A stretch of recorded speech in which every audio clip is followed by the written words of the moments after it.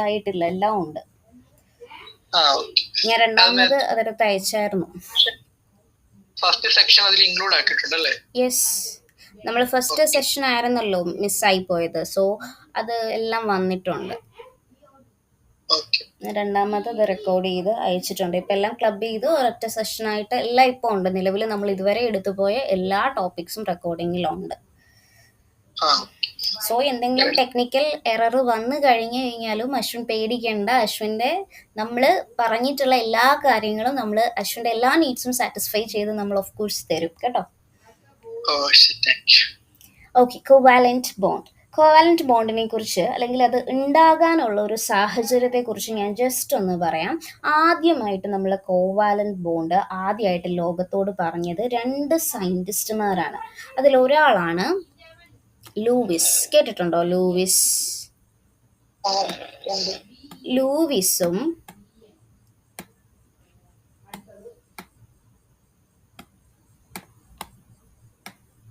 പിന്നെ ഒരാളൂടെ ഉണ്ട്. ആരാ? കൊസൽ. കൊസൽ എന്ന് പറയുന്ന സയൻറ്റിസ്റ്റും ലൂയിസ് എന്ന് പറയുന്ന ആളും കൂടി, സയൻറ്റിസ്റ്റും കൂടിയാണ്. ഇവരുടെ രണ്ടുപേരുടെ ലൂയിസ് കൊസൽ അപ്രോച്ച് ഒക്ടറ്റ് റൂൾ, അത് കേട്ടിട്ടുണ്ടോ? Octet rule. അപ്പൊ ഇവർ 2 പേരാണ് ശരിക്കും ഒക്ടറ്റ് റൂളിന് പുറകിൽ പ്രവർത്തിച്ച ആളുകൾ. അവരാണ് പറഞ്ഞത് എല്ലാ ആറ്റങ്ങൾക്കും തൊട്ടടുത്ത് കിടക്കുന്ന നോബിൾ ഗ്യാസിന്റെ കോൺഫിഗറേഷൻ എത്താൻ, അല്ലെങ്കിൽ ആ ഒരു ഒക്ടറ്റ് കംപ്ലീറ്റ് ചെയ്യാനുള്ള ഒരു ടെൻഡൻസി ഉണ്ടെന്ന്. അതിന് വേണ്ടിയിട്ടാണ് അവർ എന്ത് ചെയ്യുന്നത്, ഈ വാലൻസ് ഷെല്ലിലെ കംപ്ലീറ്റ് ഇലക്ട്രോൺസിനെ ഫില്ല് ചെയ്യാനായിട്ട് നോക്കുന്നത്. അങ്ങനെയാണ് അവർ സ്റ്റെബിലിറ്റി അറ്റൈൻ ചെയ്യാനായിട്ട് നോക്കുന്നത്. അപ്പം നമ്മുടെ നോബിൾ ഗ്യാസിന്റെ കോൺഫിഗറേഷൻ അറിയാലോ, അവർ ഒക്ടറ്റ് കംപ്ലീറ്റ് ആക്കി നിൽക്കുന്ന ആൾക്കാരാണ്. അപ്പം നോബിൾ ഗ്യാസിന്റെ കോൺഫിഗറേഷൻ എത്താൻ, അല്ലെങ്കിൽ ഒക്ടറ്റ് കംപ്ലീറ്റ് ചെയ്യാനുള്ള ഒരു ടെൻഡൻസി എല്ലാ ആറ്റങ്ങൾക്കും ഉണ്ടെന്ന് ലോകത്തോട് വിളിച്ചു പറഞ്ഞത് കൊസലും ലൂയിസും ആണ്. അപ്പോൾ every atom tends to achieve nearest noble gas configuration or octet. അവർ പറഞ്ഞതനുസരിച്ചാണ് നമ്മൾ എന്ത് ചെയ്യുന്നത്, ഇപ്പോഴും വിശ്വസിക്കുന്നത്. ഒരാറ്റം സ്റ്റേബിൾ ആവാൻ അതവരുടെ വാലൻസ് ഷെല്ലിൽ എത്ര ഇലക്ട്രോൺസ് വേണം? 8 ഇലക്ട്രോൺസ് വേണം അല്ലേ? 8 ഇലക്ട്രോൺസ് വാലൻസ് ഷെല്ലിൽ 8 ഇലക്ട്രോൺസ് വേണം എന്നാണ് വിശ്വസിക്കുന്നത്. അതിനെയാണ് നമ്മൾ എന്തെന്ന് പറയുന്നത്, ഒക്ടറ്റ് റൂൾ എന്ന് പറയുന്നത്. Octet rule. അപ്പോ അതായത് അതാ ഞാനിപ്പോ പറഞ്ഞത്, ഇപ്പൊ ലൂയിസും കൊസലും ആണ് കണ്ടുപിടിച്ചത് ഇതുപോലെ എല്ലാ ആറ്റങ്ങൾക്കും എന്ത് ചെയ്യുന്നുണ്ട്, ഒരു നോബിൾ ഗ്യാസ് കോൺഫിഗറേഷൻ എത്താനുള്ള ഒരു ടെൻഡൻസി, അവരുടെ ഒക്ടറ്റ് കംപ്ലീറ്റ് ചെയ്യാനുള്ള ഒരു ടെൻഡൻസി ഉണ്ടെന്ന് അവരാദ്യം പറഞ്ഞത്. അവരാണ് അങ്ങനത്തെ ഒരു കാര്യം പറഞ്ഞത്. അപ്പൊ അതുകൊണ്ടാണ് അപ്പൊ നമ്മളിപ്പോഴും വിശ്വസിച്ച് പോകുന്നത് അതാ, ഒരു ആറ്റം സ്റ്റേബിൾ ആവാൻ 8 വാലൻസ് ഇലക്ട്രോൺ വേണമെന്നാണ് ഇപ്പോഴും വിശ്വസിച്ച് പോകുന്നത്. അതിനെയാണ് ഒക്ടറ്റ് റൂൾ എന്ന് പറയുക. അപ്പൊ അത് ഇൻട്രൊഡ്യൂസ് ചെയ്തതാരാ? ലൂയിസും കൊസലും ആണ്. അതിൽ ലൂയിസിന്റെ ഒരു കോൺട്രിബ്യൂഷൻ ഉണ്ട്. അതാണ് ലൂയിസ് ഡോട്ട് സ്ട്രക്ചർ എന്നൊക്കെ പറഞ്ഞ് നമ്മൾ പഠിച്ചിട്ടുള്ളത്. ഓർക്കുന്നുണ്ടോ? ലൂയിസ് ഡോട്ട് സ്ട്രക്ചർ പഠിച്ചിട്ടില്ല? ലൂയിസ് ഡോട്ട് സ്ട്രക്ചർ +2-നൊന്നും പഠിച്ചിട്ടില്ലേ?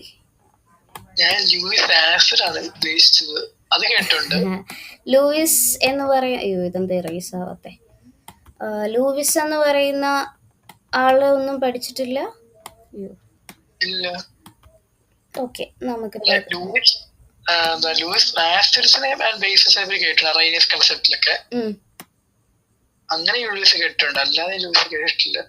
കേട്ടിട്ടില്ല. ഓക്കെ,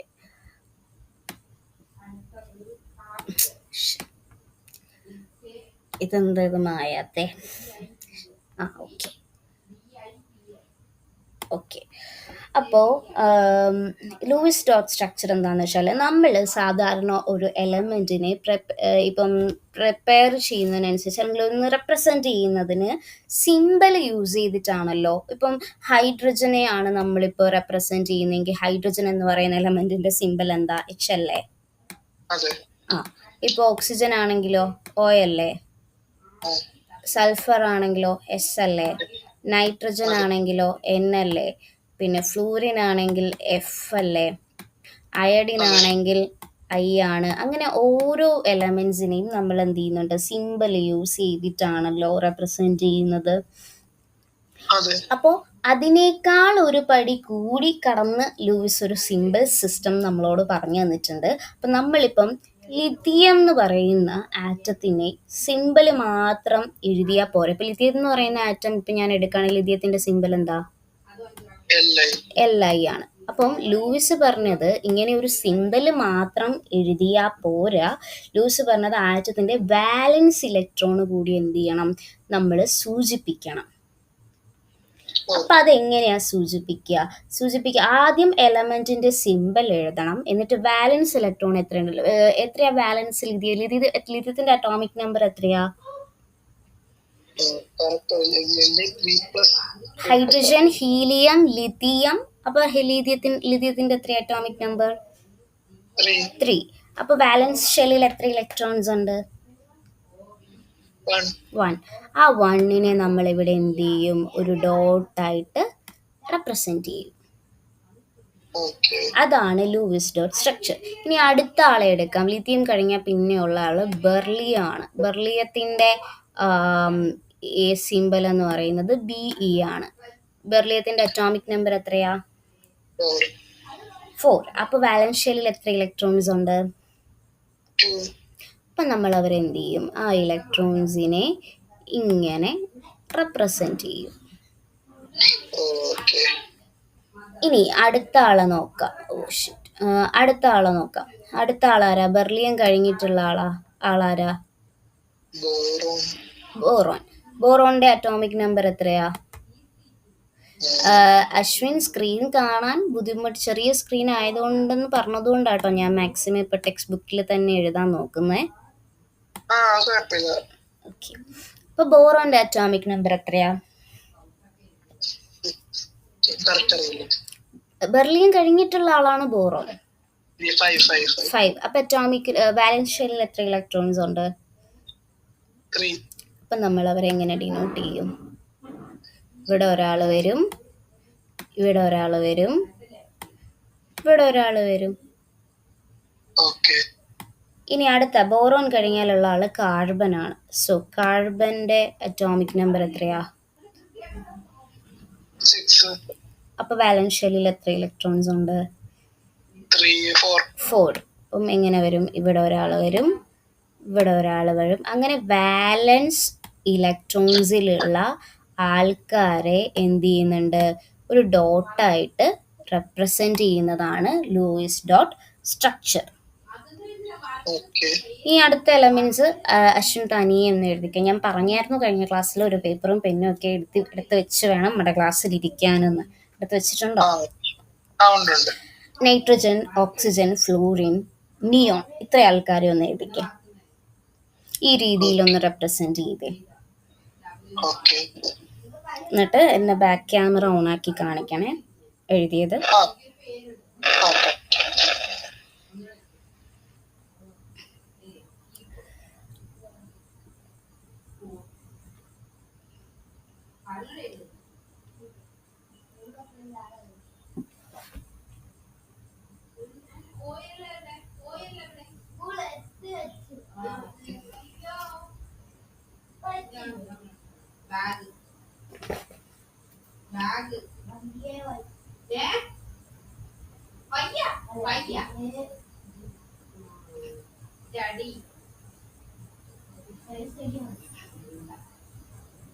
എഴുതിയോ? വേഗം ആയിക്കോട്ടെ, ഒത്തിരി സമയം എടുക്കരുത് കേട്ടോ. വേഗം എഴുതിക്കേ. ലൂയിസ് ഡോട്ട് പഠിച്ചിട്ടില്ല എന്ന് പറഞ്ഞുകൊണ്ടാണ് ഞാൻ അത് ജസ്റ്റ് കാണിച്ചു തരുന്നത്, എന്താണ് സംഭവം എന്നറിയാൻ വേണ്ടി. ആ പറഞ്ഞു, എഴുതിയത് കാണിച്ചാൽ മതി.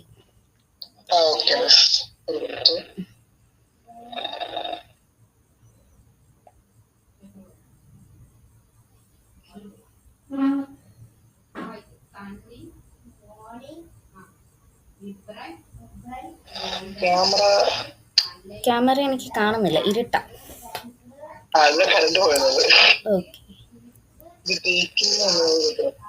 എന്തോ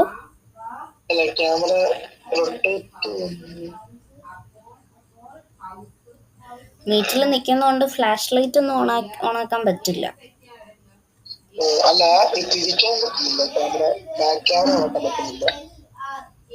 എന്താ ബാക്ക് ക്യാമറ ആക്കാൻ പറ്റാത്ത?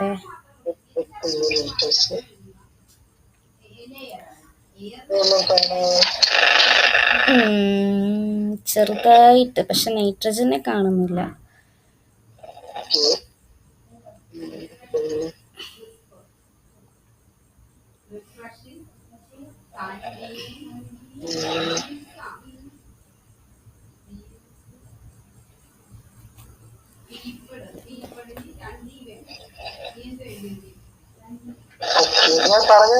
എന്നാ പറഞ്ഞോ, അത് മതി, വെറുതെ സമയം കളയണ്ട. പറഞ്ഞോ. വരുമ്പോഴത്തേക്കും 5 ബാലൻസ് 5 ലോൺ പെയർ വരില്ലേ? അപ്പൊ എങ്ങനെയാ റെപ്രസെന്റ് ചെയ്യുന്നേ? സൈഡിൽ 3 അപ്പുറം സൈഡിൽ 2. അങ്ങനെ ഇങ്ങനെ എഴുതാം. നമ്മൾ ഒരു സൈഡിൽ 2 ഇലക്ട്രോൺസിനെ വെച്ച് എഴുതും, പിന്നെ ഈ സൈഡിൽ 2 ഇലക്ട്രോൺസിനെ വെച്ച് എഴുതും, ഇവിടെ ഒരെണ്ണം വരും. അങ്ങനെയായിരിക്കും. 3 എണ്ണം വെച്ച് അങ്ങനെ എഴുതൂല. അത് നമുക്ക് ഈ ബോണ്ടിങ്ങിന്റെ ഒക്കെ സമയത്ത് വരുമ്പോൾ അങ്ങനെ എഴുതാം. അങ്ങനെ എഴുതാൻ വളരെ അങ്ങനെയല്ല, പൊതുവെ ഇങ്ങനെയാണ് നമ്മൾ എഴുതി കാണുന്നത്. അങ്ങനെ എഴുതിയാൽ 3 പേരെ ഒറ്റയടിക്ക് ഒരു സ്ഥലത്തേക്ക് കൊണ്ടുവരുന്നതിനേക്കാളും ഒരാളെ എടുത്ത് പുറത്തോട്ട് എഴുതുന്നതല്ലേ നല്ലത്. ഓക്സിജനോ? 7 3 6. അപ്പൊ അങ്ങനെ വരും. സൈഡിൽ 2 സൈഡിൽ 2 എണ്ണം വെച്ച് മുകളിൽ 1. അതാണ് ഓക്സിജന്റെ.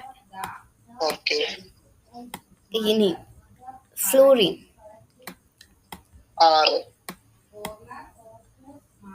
6 ആണോ?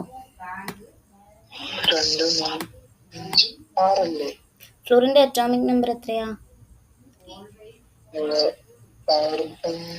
അറ്റോമിക് നമ്പർ നമ്മൾ ഇന്നലെ പഠിച്ചതാ. ഫ്ലൂറിന്റെ എത്രയാ? ബോറോണിന്റെ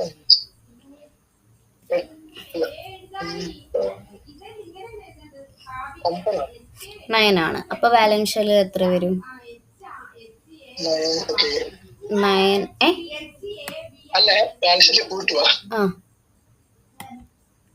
വാലൻസ് ഷെല്ലിൽ അപ്പൊ എത്ര ഇലക്ട്രോൺസ് ഉണ്ട്?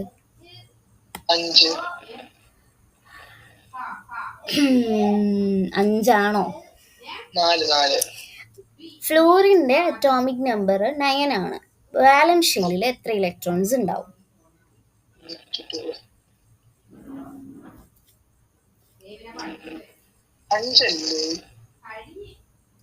അറ്റോമിക് നമ്പർ എത്രയാ? 9 അല്ലേ?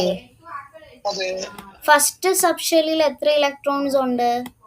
2. പിന്നെ ബാക്കി എത്ര ഇലക്ട്രോൺസ് ഉണ്ട്? സെക്കൻഡ് സബ് ഷെല്ലിൽ അപ്പൊ എത്ര ഇലക്ട്രോൺസ് വരും? 7. ആലോചിക്ക്, നമ്മൾ കഴിഞ്ഞ ക്ലാസ്സിൽ പഠിച്ച എലമെന്റ് തന്നെയാണ്. അപ്പം നമ്മൾ കെയർലെസ് മിസ്റ്റേക്സ് വരുത്താൻ പാടില്ല, ശ്രദ്ധിക്കാതെ തെറ്റ് പറയാൻ പാടില്ല. നമ്മൾ പഠിച്ച എലമെന്റ് അല്ലേ. 7 വരും. ഓക്കെ. അപ്പൊ ഇവിടെ 2 എണ്ണം വരും, ഇവിടെ ഒരെണ്ണം വരും കേട്ടോ. ഇവിടെ ഞാൻ ഓക്കെ, അതങ്ങനെ. ഓക്കെ. പിന്നെ ലാസ്റ്റ് വൺ നിയോന്റെ പറഞ്ഞേ. 10. 10ഓ? Atomic number 10. വാലൻസ് ഷെല്ലില് 8 വരും. അപ്പൊ എങ്ങനെയാ വരുന്നത്? എല്ലാ സൈഡിലും 2 ഇലക്ട്രോൺസ് വെച്ച്. ഇപ്പൊ മനസ്സിലായോ? ഇങ്ങനെയാണ് ലൂയിസ് സ്റ്റോർ സ്ട്രക്ചർ റെപ്രസെന്റ് ചെയ്യുന്നത്. ഈ രീതിയിലാണ് ഒരു എലമെന്റിന്റെ സിംബലും അതിനെ ചുറ്റും എന്ത് ചെയ്യും? വാലൻസ് ഇലക്ട്രോണുകളുടെ എണ്ണത്തിന് ഈക്വലായ ഡോട്ടുകളും ഇട്ട് കൊടുത്താൽ ആ രീതിയെയാണ് നമ്മൾ വിളിക്കുന്ന പേരാണ് ലൂയിസ് സ്റ്റോർ സ്ട്രക്ചർ. അപ്പൊ ഇങ്ങനെ ലൂയിസ് സ്റ്റോർ സ്ട്രക്ചറിന്റെ ഗുണം എന്താണെന്നറിയോ? ലൂയിസ് സ്റ്റോർ സ്ട്രക്ചർ പഠിച്ചാൽ നമുക്ക് എന്ത് ചെയ്യാൻ പറ്റും, കോവാലന്റ് ബോണ്ട് ഉണ്ടാവുന്നത് എങ്ങനെയാണെന്ന് പറയാൻ കഴിയും. അപ്പം ഞാനൊരു എക്സാമ്പിൾ പറയാം. ഇപ്പം ടെക്സ്റ്റ് ബുക്കിലുള്ള ഒരു എക്സാമ്പിൾ തന്നെ പറയാം. ഇപ്പം ഇവിടെ ആരാ ഉള്ളത്, ഹൈഡ്രജനും ക്ലോറിനുമാണ് ഉള്ളത്. ഹൈഡ്രജനും ക്ലോറിനും. ഓക്കെ, ഇനി പറഞ്ഞേ, ഹൈഡ്രജൻ എത്ര ഇലക്ട്രോൺ ഉണ്ട്? ഒരു ഇലക്ട്രോണേ ഉള്ളൂ. ക്ലോറിൻ എത്ര ഇലക്ട്രോൺസ് ഉണ്ട്? വാലൻസ് ഷെല്ലിൽ അപ്പൊ എത്ര ഇലക്ട്രോൺ ഉണ്ട്?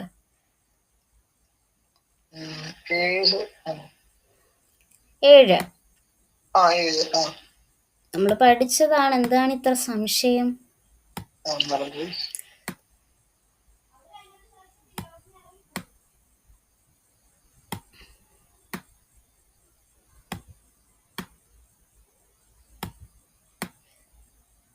ഇങ്ങനെയായിരിക്കും ക്ലോറിൻ ഇരിക്കുന്നുണ്ടാവുക അല്ലേ?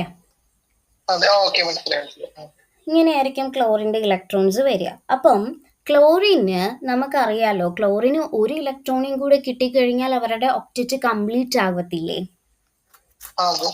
അതേപോലെ തന്നെ ഹൈഡ്രജനും ദാ ഇവിടെ ഒരാളായിട്ട് ഇങ്ങനെ ഒറ്റപ്പെട്ടിരിപ്പുണ്ട്. അപ്പം നമുക്കറിയാലോ, ഹൈഡ്രജനും എന്താണ് കുറച്ചുകൂടി ഒരു ഇലക്ട്രോണും കൂടെ കിട്ടിക്കഴിഞ്ഞാൽ അവരുടെ ഫസ്റ്റ് ഷെല്ലിലുള്ള മാക്സിമം ഇലക്ട്രോൺസിനെ അറ്റൈൻ ചെയ്യാൻ പറ്റത്തില്ല. ഫസ്റ്റ് ഷെല്ലിൽ മാക്സിമം ഇരിക്കുന്നത് എത്രയാ? 2 ഇലക്ട്രോൺസ് ആണ്. അപ്പം ഹൈഡ്രജനും ഒരു ഇലക്ട്രോണിനെ ആവശ്യമുണ്ട്, ക്ലോറിനെയും ഒരു ഇലക്ട്രോണിനെ ആവശ്യമുണ്ട്. അപ്പം എന്ത് ചെയ്യും, ഈ ക്ലോറിൻ ആറ്റം ഹൈഡ്രജനിലുള്ള ഈ ഒരു ഇലക്ട്രോണിനെ എന്ത് ചെയ്യും, തന്നിലേക്ക് വലിച്ചടുപ്പിച്ച് ഒക്റ്ററ്റ് കംപ്ലീറ്റ് ആക്കാൻ നോക്കും.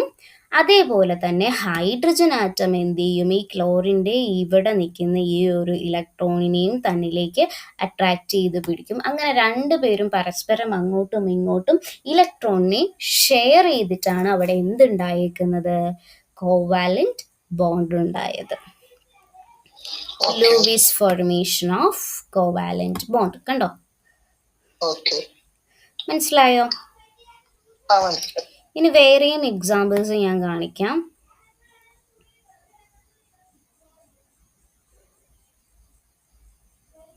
ഇപ്പം ഞാൻ എടുത്തിരിക്കുന്നത് ഇപ്പോൾ Cl2 എന്ന് പറയുന്ന മോളിക്യൂളാണ്. Cl2 എന്ന് പറഞ്ഞാൽ 2 Cl അല്ലേ? 2 Cl എടുത്തു. ഇപ്പോൾ അറിയാലോ വാലൻസ് ഇലക്ട്രോൺ എത്രയാണെന്നുള്ളത്?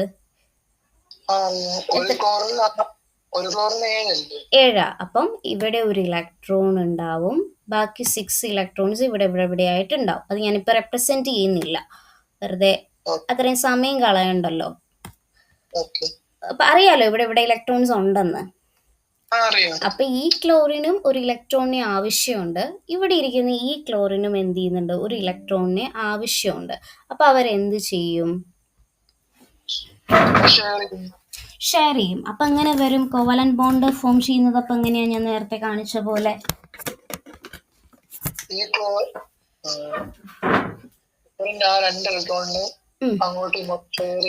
ഈ ക്ലോറിൻ ഇവിടുന്ന് ഈ ഇലക്ട്രോണിനെ കൂടെ ഷെയർ ചെയ്ത് അവരുടെ 8 ഇലക്ട്രോൺസ് ആക്കും. ഈ ക്ലോറിൻ എന്ത് ചെയ്യും, അപ്പുറത്തെ ക്ലോറിനിൽ നിന്നും ഒരു ഇലക്ട്രോണിനെ ഷെയർ ചെയ്ത് 8 ഇലക്ട്രോൺസ് ആക്കും.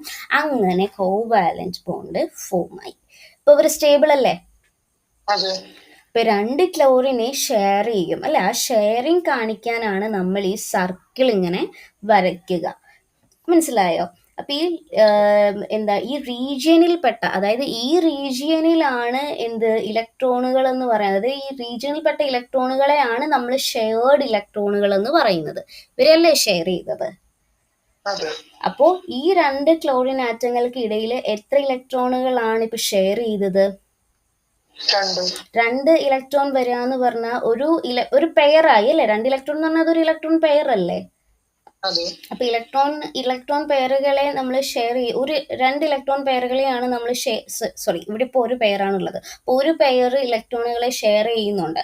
അങ്ങനെ ഒരു പെയർ ഇലക്ട്രോണുകളെ ഷെയർ ചെയ്യപ്പെട്ടാൽ ആ ആറ്റങ്ങൾക്കിടയിൽ എന്തുണ്ടാവും, സിംഗിൾ ബോണ്ട് ഉണ്ടാവും.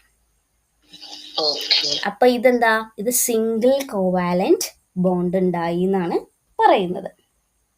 ഓക്കെ. ക്ലിയർ ആണോ? ക്ലിയർ ആണ്. ഇനി ഞാൻ വേറൊരു എക്സാമ്പിൾ കാണിക്കാം. ഇതൊക്കെ ചെറിയ ക്ലാസ്സിൽ പഠിച്ചത് ഓർക്കുന്നുണ്ടോ? ഇതൊക്കെ ഓർക്കുന്നുണ്ട്. ഓർക്കുന്നുണ്ട്. അപ്പം നമുക്കൊന്ന് പൊടി തട്ടിയെടുത്താൽ മതിയല്ലോ അല്ലേ? ആ, ഇനിയിപ്പോൾ ഞാൻ ഓക്സിജൻ കാണിക്കാം. O2 molecule. O2 മോളിക്യൂൾ എന്ന് പറഞ്ഞാൽ 2 ഓക്സിജൻ അല്ലേ? അതെ. ഒരു O2 ഒരു ഓയും ഒരു O. ഓക്സിജന്റെ വാലൻസ് ഇലക്ട്രോൺ എത്രയാ? 5. 5. 5ഓ? 6. ആ, അപ്പം 3 സൈഡിൽ ആയിട്ടായിരിക്കും ഇലക്ട്രോൺസ് വരിക.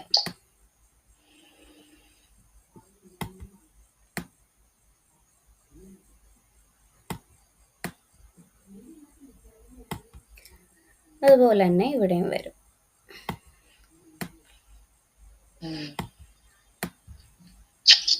അപ്പൊ ഡബിൾ ബോണ്ട് ഫോം ചെയ്യുന്നു.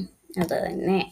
അപ്പം ഇവർക്ക് ഇനി ഒബ്ജക്റ്റ് കംപ്ലീറ്റ് ആക്കാൻ വേണ്ടിയിട്ട് ഞാൻ ചോദിക്കാം, ഈ ഫസ്റ്റ് ഓക്സിജൻ ഒബ്ജക്റ്റ് കംപ്ലീറ്റ് ആക്കാൻ ഇനി എത്ര ഇലക്ട്രോൺസ് വേണം? 2. അപ്പൊ അതാ അപ്പുറത്തൊരു O കിടപ്പുണ്ട്. അപ്പൊ ഈ ഓക്സിജനും ഒബ്ജക്റ്റ് കംപ്ലീറ്റ് ആക്കാൻ വേണ്ടിയിട്ട് എത്ര ഇലക്ട്രോൺസ് വേണം? 2 വേണം. അപ്പൊ ഇവരെന്ത് ചെയ്യും? ഇവിടെ നിന്ന് ഈ ഓക്സിജൻ എന്ത് ചെയ്യും? അപ്പുറത്തുനിന്ന് ഒരു ഇലക്ട്രോണിനെ 2 ഇലക്ട്രോണിനെ ഇങ്ങ് ഷെയർ ചെയ്തെടുക്കും. അതുപോലെ ഈ ഓക്സിജനും എന്ത് ചെയ്യും? അപ്പുറത്തുനിന്ന് 2 ഇലക്ട്രോണിനെ ഷെയർ ചെയ്തെടുത്തിട്ട് എന്ത് ചെയ്യും? അവരുടെ ഒബ്ജക്റ്റ് കംപ്ലീറ്റ് ചെയ്യും. അപ്പൊ ഈ ഒരു റീജിയൻ, ആ ഇലക്ട്രോൺ ഷെയർ ചെയ്ത റീജിയനിൽ ഇപ്പൊ എത്ര പെയേഴ്സ് ഉണ്ട്? 2 പെയേഴ്സ് ഉണ്ട്. അപ്പൊ ഇവരെന്തായി? ഡബിൾ ബോണ്ട്, ഡബിൾ കോവാലന്റ് ബോണ്ടായി. ഇനി ഞാൻ അടുത്ത കേസ് നൈട്രജന്റെ പറയാം. ഇന്ന് എനിക്ക് കാണിച്ചു തന്നെ നൈട്രജൻ എങ്ങനെ വരുമെന്ന്. നൈട്രജൻ മോളിക്യൂള്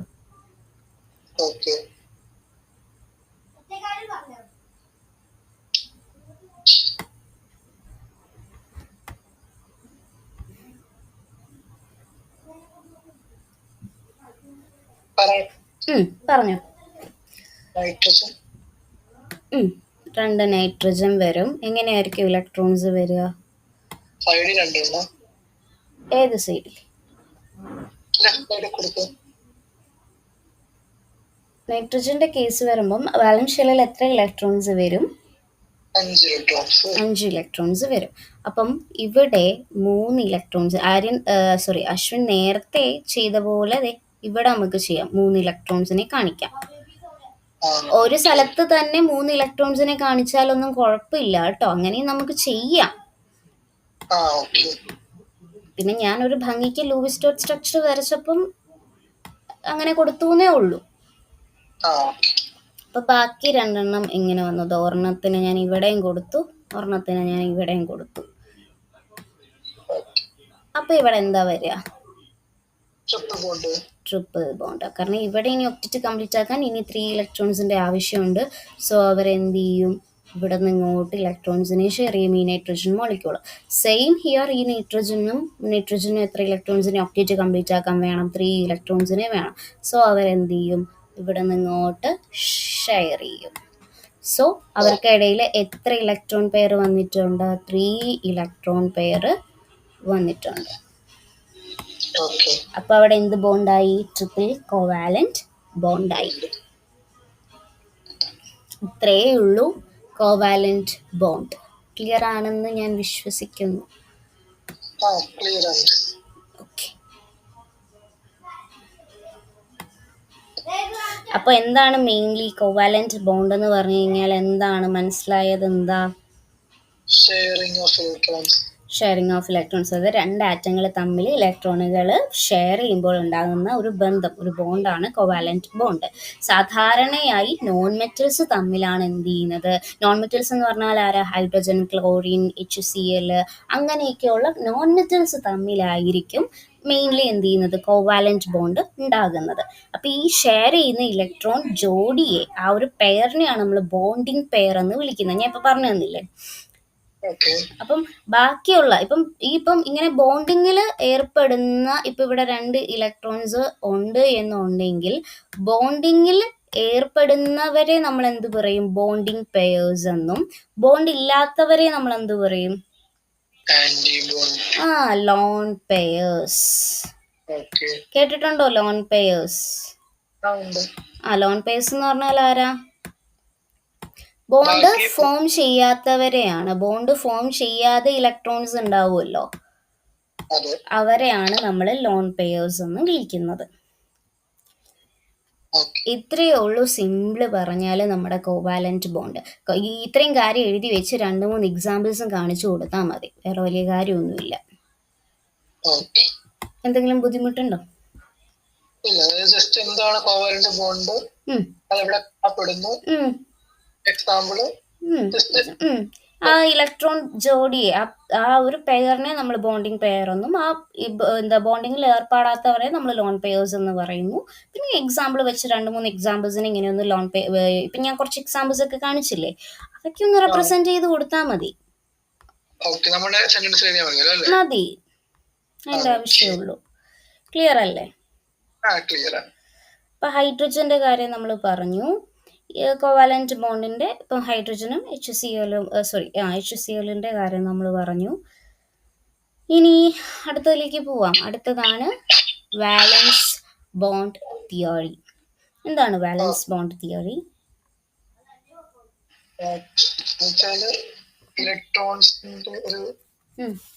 ചെറിയ ക്ലാസ്സിൽ നമ്മൾ പഠിച്ചിട്ടുണ്ട് നന്നായിട്ട്. വാലൻസ് ബോണ്ട് തിയറി ഒക്കെ പഠിച്ചതൊക്കെ ഓർക്കുന്നുണ്ടോ? മുമ്പ് ചെറിയൊരു ക്ലാസ്സിൽ നമ്മൾ പഠിച്ചിട്ടുണ്ട്, ഓർക്കുന്നുണ്ടോ? മറന്നുപോയി. അതായത് ഇവിടെ ഹിറ്റ്ലറും ലണ്ടനും കൂടി ചേർന്ന്, ലണ്ടൻ എന്ന് പറയുന്ന ഒരു സയന്റിസ്റ്റ് ആണ്, ഹിറ്റ്ലറും ലണ്ടനും കൂടി ചേർന്നാണ് 1927 ഈ തിയറി ഡെവലപ്പ് ചെയ്തെടുത്തത്. ഓക്കെ, ഇപ്പോൾ ഹിറ്റ്ലറും ലണ്ടൻ 1927 സജസ്റ്റ് ചെയ്ത ഒരു തിയറിയാണ് വാലൻസ് ബോണ്ട് തിയറി. അപ്പം ലൈനസ് പോളിംഗ് എന്ന് പറയുന്ന ഒരു സയന്റിസ്റ്റിനെയൊക്കെ കേട്ടിട്ടുണ്ടോ? ഇല്ല. ഓക്കെ, ഇവിടേക്ക് വരുമ്പോൾ ഇപ്പോൾ കോവാലന്റ് ബോണ്ടിനെ കുറിച്ചാണ് പറയുന്നത്. ഇപ്പോൾ കോവാലന്റ് ബോണ്ട് ഫോം ചെയ്യുന്നത്, ഇപ്പോൾ ഓവർലാപ്പ് എന്ന് പറഞ്ഞാൽ എന്താ? ഓവർലാപ്പ്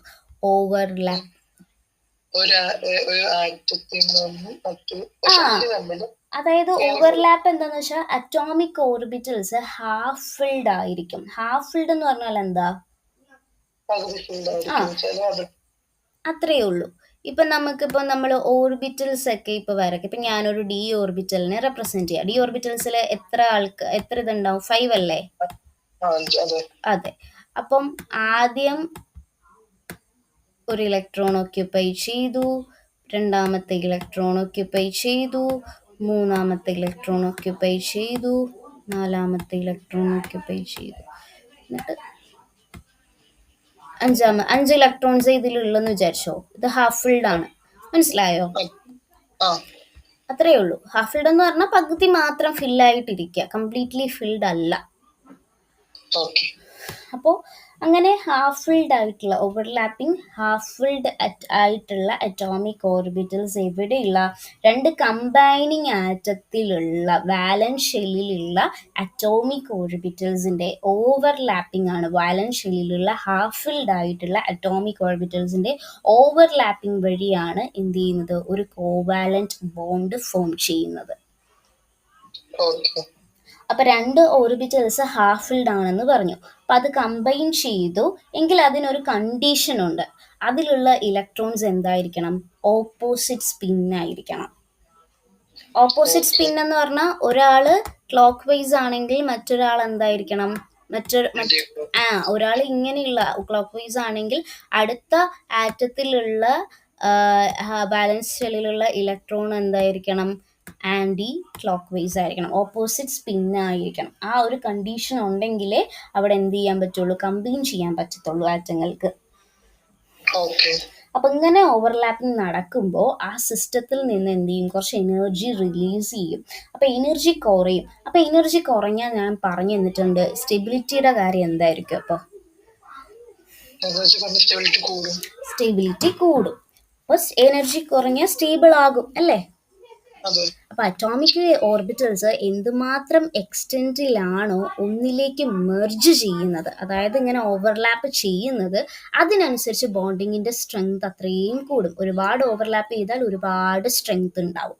എത്ര കോവാലന്റ് ബോണ്ടുകൾ ഫോം ചെയ്യണം, ഇപ്പൊ ഡബിൾ ബോണ്ട് ആണോ സിംഗിൾ ബോണ്ട് ആണോ എന്നൊക്കെ തീരുമാനിക്കുന്നത് അവിടെ എത്ര ഹാഫ് ഫിൽഡ് ആയിട്ടുള്ള അറ്റോമിക് ഓർബിറ്റൽസ് അവിടെ ഓവർലാപ്പ് ചെയ്തു എന്നതിനെ ആശ്രയിച്ചിരിക്കും, ഡിപ്പെൻഡ് ചെയ്തിരിക്കും. ഓക്കെ. അപ്പൊ അല്ലെങ്കിൽ എത്ര ഹാഫ് ഫിൽഡ് ഓർബിറ്റൽസ് ഉണ്ടോ ആ ആറ്റത്തിനകത്ത്, അതിനനുസരിച്ചായിരിക്കും അവിടെ എന്ത് ചെയ്യുന്നത്, കോവാലന്റ് ബോണ്ടുകൾ ഫോം ചെയ്യുന്നത്. ഡബിൾ ബോണ്ടോ സിംഗിൾ ബോണ്ടോ അല്ലെങ്കിൽ ട്രിപ്പിൾ ബോണ്ടോ ഒക്കെ ഫോം ചെയ്യുന്നത് ഹാഫ് ഫിൽഡ് ഓർബിറ്റൽസ് എത്ര ഉണ്ട് എന്നുള്ളതിനെ നോക്കിയിട്ടായിരിക്കും. ഓക്കെ. പിന്നെയുള്ള കാര്യം എന്ന് വെച്ചാൽ അറ്റോമിക് ഓർബിറ്റൽസ് ഏത് ഡിറക്ഷനിലാണോ വരുന്നത്, ഏത് ഡിറക്ഷനിലാണോ അറ്റോമിക് ഓർബിറ്റൽസ് ഓവർലാപ്പ് ചെയ്യുന്നത്, അതിനനുസരിച്ചാണ് ബോണ്ടിന്റെ ഡിറക്ഷൻ. അതായത് ഇപ്പം എക്സ് ആക്സിസിലാണോ അല്ലെങ്കിൽ വൈ ആക്സിസിലാണോ ഓവർലാപ്പ് ചെയ്യുന്നത്, മനസ്സിലായോ? എക്സ് ആക്സിസ് എന്ന് പറഞ്ഞാൽ ഇങ്ങനെയാണോ ഓവർലാപ്പ് ചെയ്യുന്നത് അല്ലെങ്കിൽ ഇങ്ങനെയാണോ ഓവർലാപ്പ് ചെയ്യുന്നത്, അതൊക്കെ ഇപ്പം ഞാൻ സിഗ്മ ബോണ്ടും പൈ ബോണ്ടും കാണിക്കുമ്പോൾ പറഞ്ഞു തരാം. ഇപ്പൊ ഇങ്ങനെയാണ്, ഇപ്പൊ രണ്ട് സ്ഫിയേഴ്സ് വന്നു, ഇങ്ങനെയാണോ ഓവർലാപ്പ് ചെയ്തത്, മറ്റേ ഡംബൽ ഷേപ്പ് ഇല്ലേ, അല്ലെങ്കിൽ ഇങ്ങനെയാണോ ഓവർലാപ്പ് ചെയ്തത്, അങ്ങനെ എക്സ് ആക്സിസിലാണോ വൈ ആക്സിസിലാണോ ഓവർലാപ്പ് ചെയ്ത്, ഏത് ഡിറക്ഷനിലാണോ അറ്റോമിക് ഓർബിറ്റൽസ് ഓവർലാപ്പ് ചെയ്യുന്നതിന് അതിനനുസരിച്ചാണ് ബോണ്ടിന്റെ ഡിറക്ഷൻ.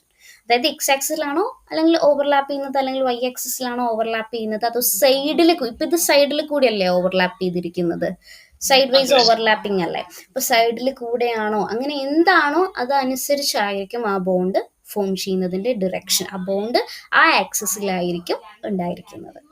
ഇത്രയും കാര്യം ക്ലിയർ ആണോ? ഇത്രയും കാര്യം ക്ലിയർ ആണെങ്കിൽ നമ്മൾ വാലൻസ് ബോണ്ട് തിയറി പഠിച്ചു കഴിഞ്ഞു. അത്രയേ ഉള്ളൂ വാലൻസ് ബോണ്ട് തിയറി. ഇനി ഞാൻ വേണമെങ്കിൽ ഒരു എക്സാമ്പിൾ വെച്ച് ഇത് ഈ പറഞ്ഞ, നമ്മളിപ്പോ പോസ്റ്റ്ലേറ്റ്സ് ആണ് പഠിച്ചത്, ഇവിടെ എഴുതിയിരിക്കുന്ന കാര്യങ്ങളെല്ലാം നമ്മൾ പഠിച്ചു കഴിഞ്ഞു. ഇത്രയേ ഉള്ളൂ കാര്യം, സിമ്പിൾ ആയിട്ട് പറഞ്ഞാൽ അത്രയേ ഉള്ളൂ കാര്യം. ഇനി ഞാനൊരു എക്സാമ്പിൾ വെച്ചതൊന്ന് റെപ്രസെന്റ് ചെയ്ത് കാണിച്ചു തരാം. ഇപ്പം ഞാൻ പറഞ്ഞുതരാം എങ്ങനെയാണ് അവിടെ ഒരു ഓവർലാപ്പിംഗ് നടക്കുന്നതെന്ന്. ഇപ്പൊ ഞാൻ ഹൈഡ്രജൻ മോളിക്യൂള്, അശ്വിൻ കേൾക്കുന്നുണ്ടോ? എന്ത് പറ്റി പെട്ടെന്ന് സൈലന്റ് ആയത്? ഞാൻ ഈ പറഞ്ഞതൊക്കെ അത്രയും തന്നെ ഉണ്ടോ എന്ന് അറിയാനാണോ? ഓക്കെ. ഇപ്പൊ ഹൈഡ്രജൻ മോളിക്യൂൾ എടുത്തു. ഇപ്പൊ 2 ഹൈഡ്രജൻ ഉണ്ടല്ലോ, 2 ഹൈഡ്രജൻ കൂടി കമ്പൈൻ ചെയ്യുമ്പോഴാണല്ലോ അവിടെ ഒരു H2 മോളിക്യൂൾ ഉണ്ടാവുന്നത്. അപ്പൊ ഇത് ഹൈഡ്രജന്റെ ഈ ഒരു മോളിക്യൂളും പ്ലസ് ഇത് രണ്ടും കൂടി കമ്പൈൻ ചെയ്യുമ്പോഴാണ് നമുക്ക് എന്തുണ്ടാവുന്നത്, H2 എന്ന് പറയുന്ന മോളിക്യൂൾ ഉണ്ടാവുന്നത്. അപ്പൊ അവരിങ്ങനെ അടുത്തടുത്ത് വന്ന് ഇങ്ങനെ ഓവർലാപ്പ് ചെയ്യും അല്ലേ?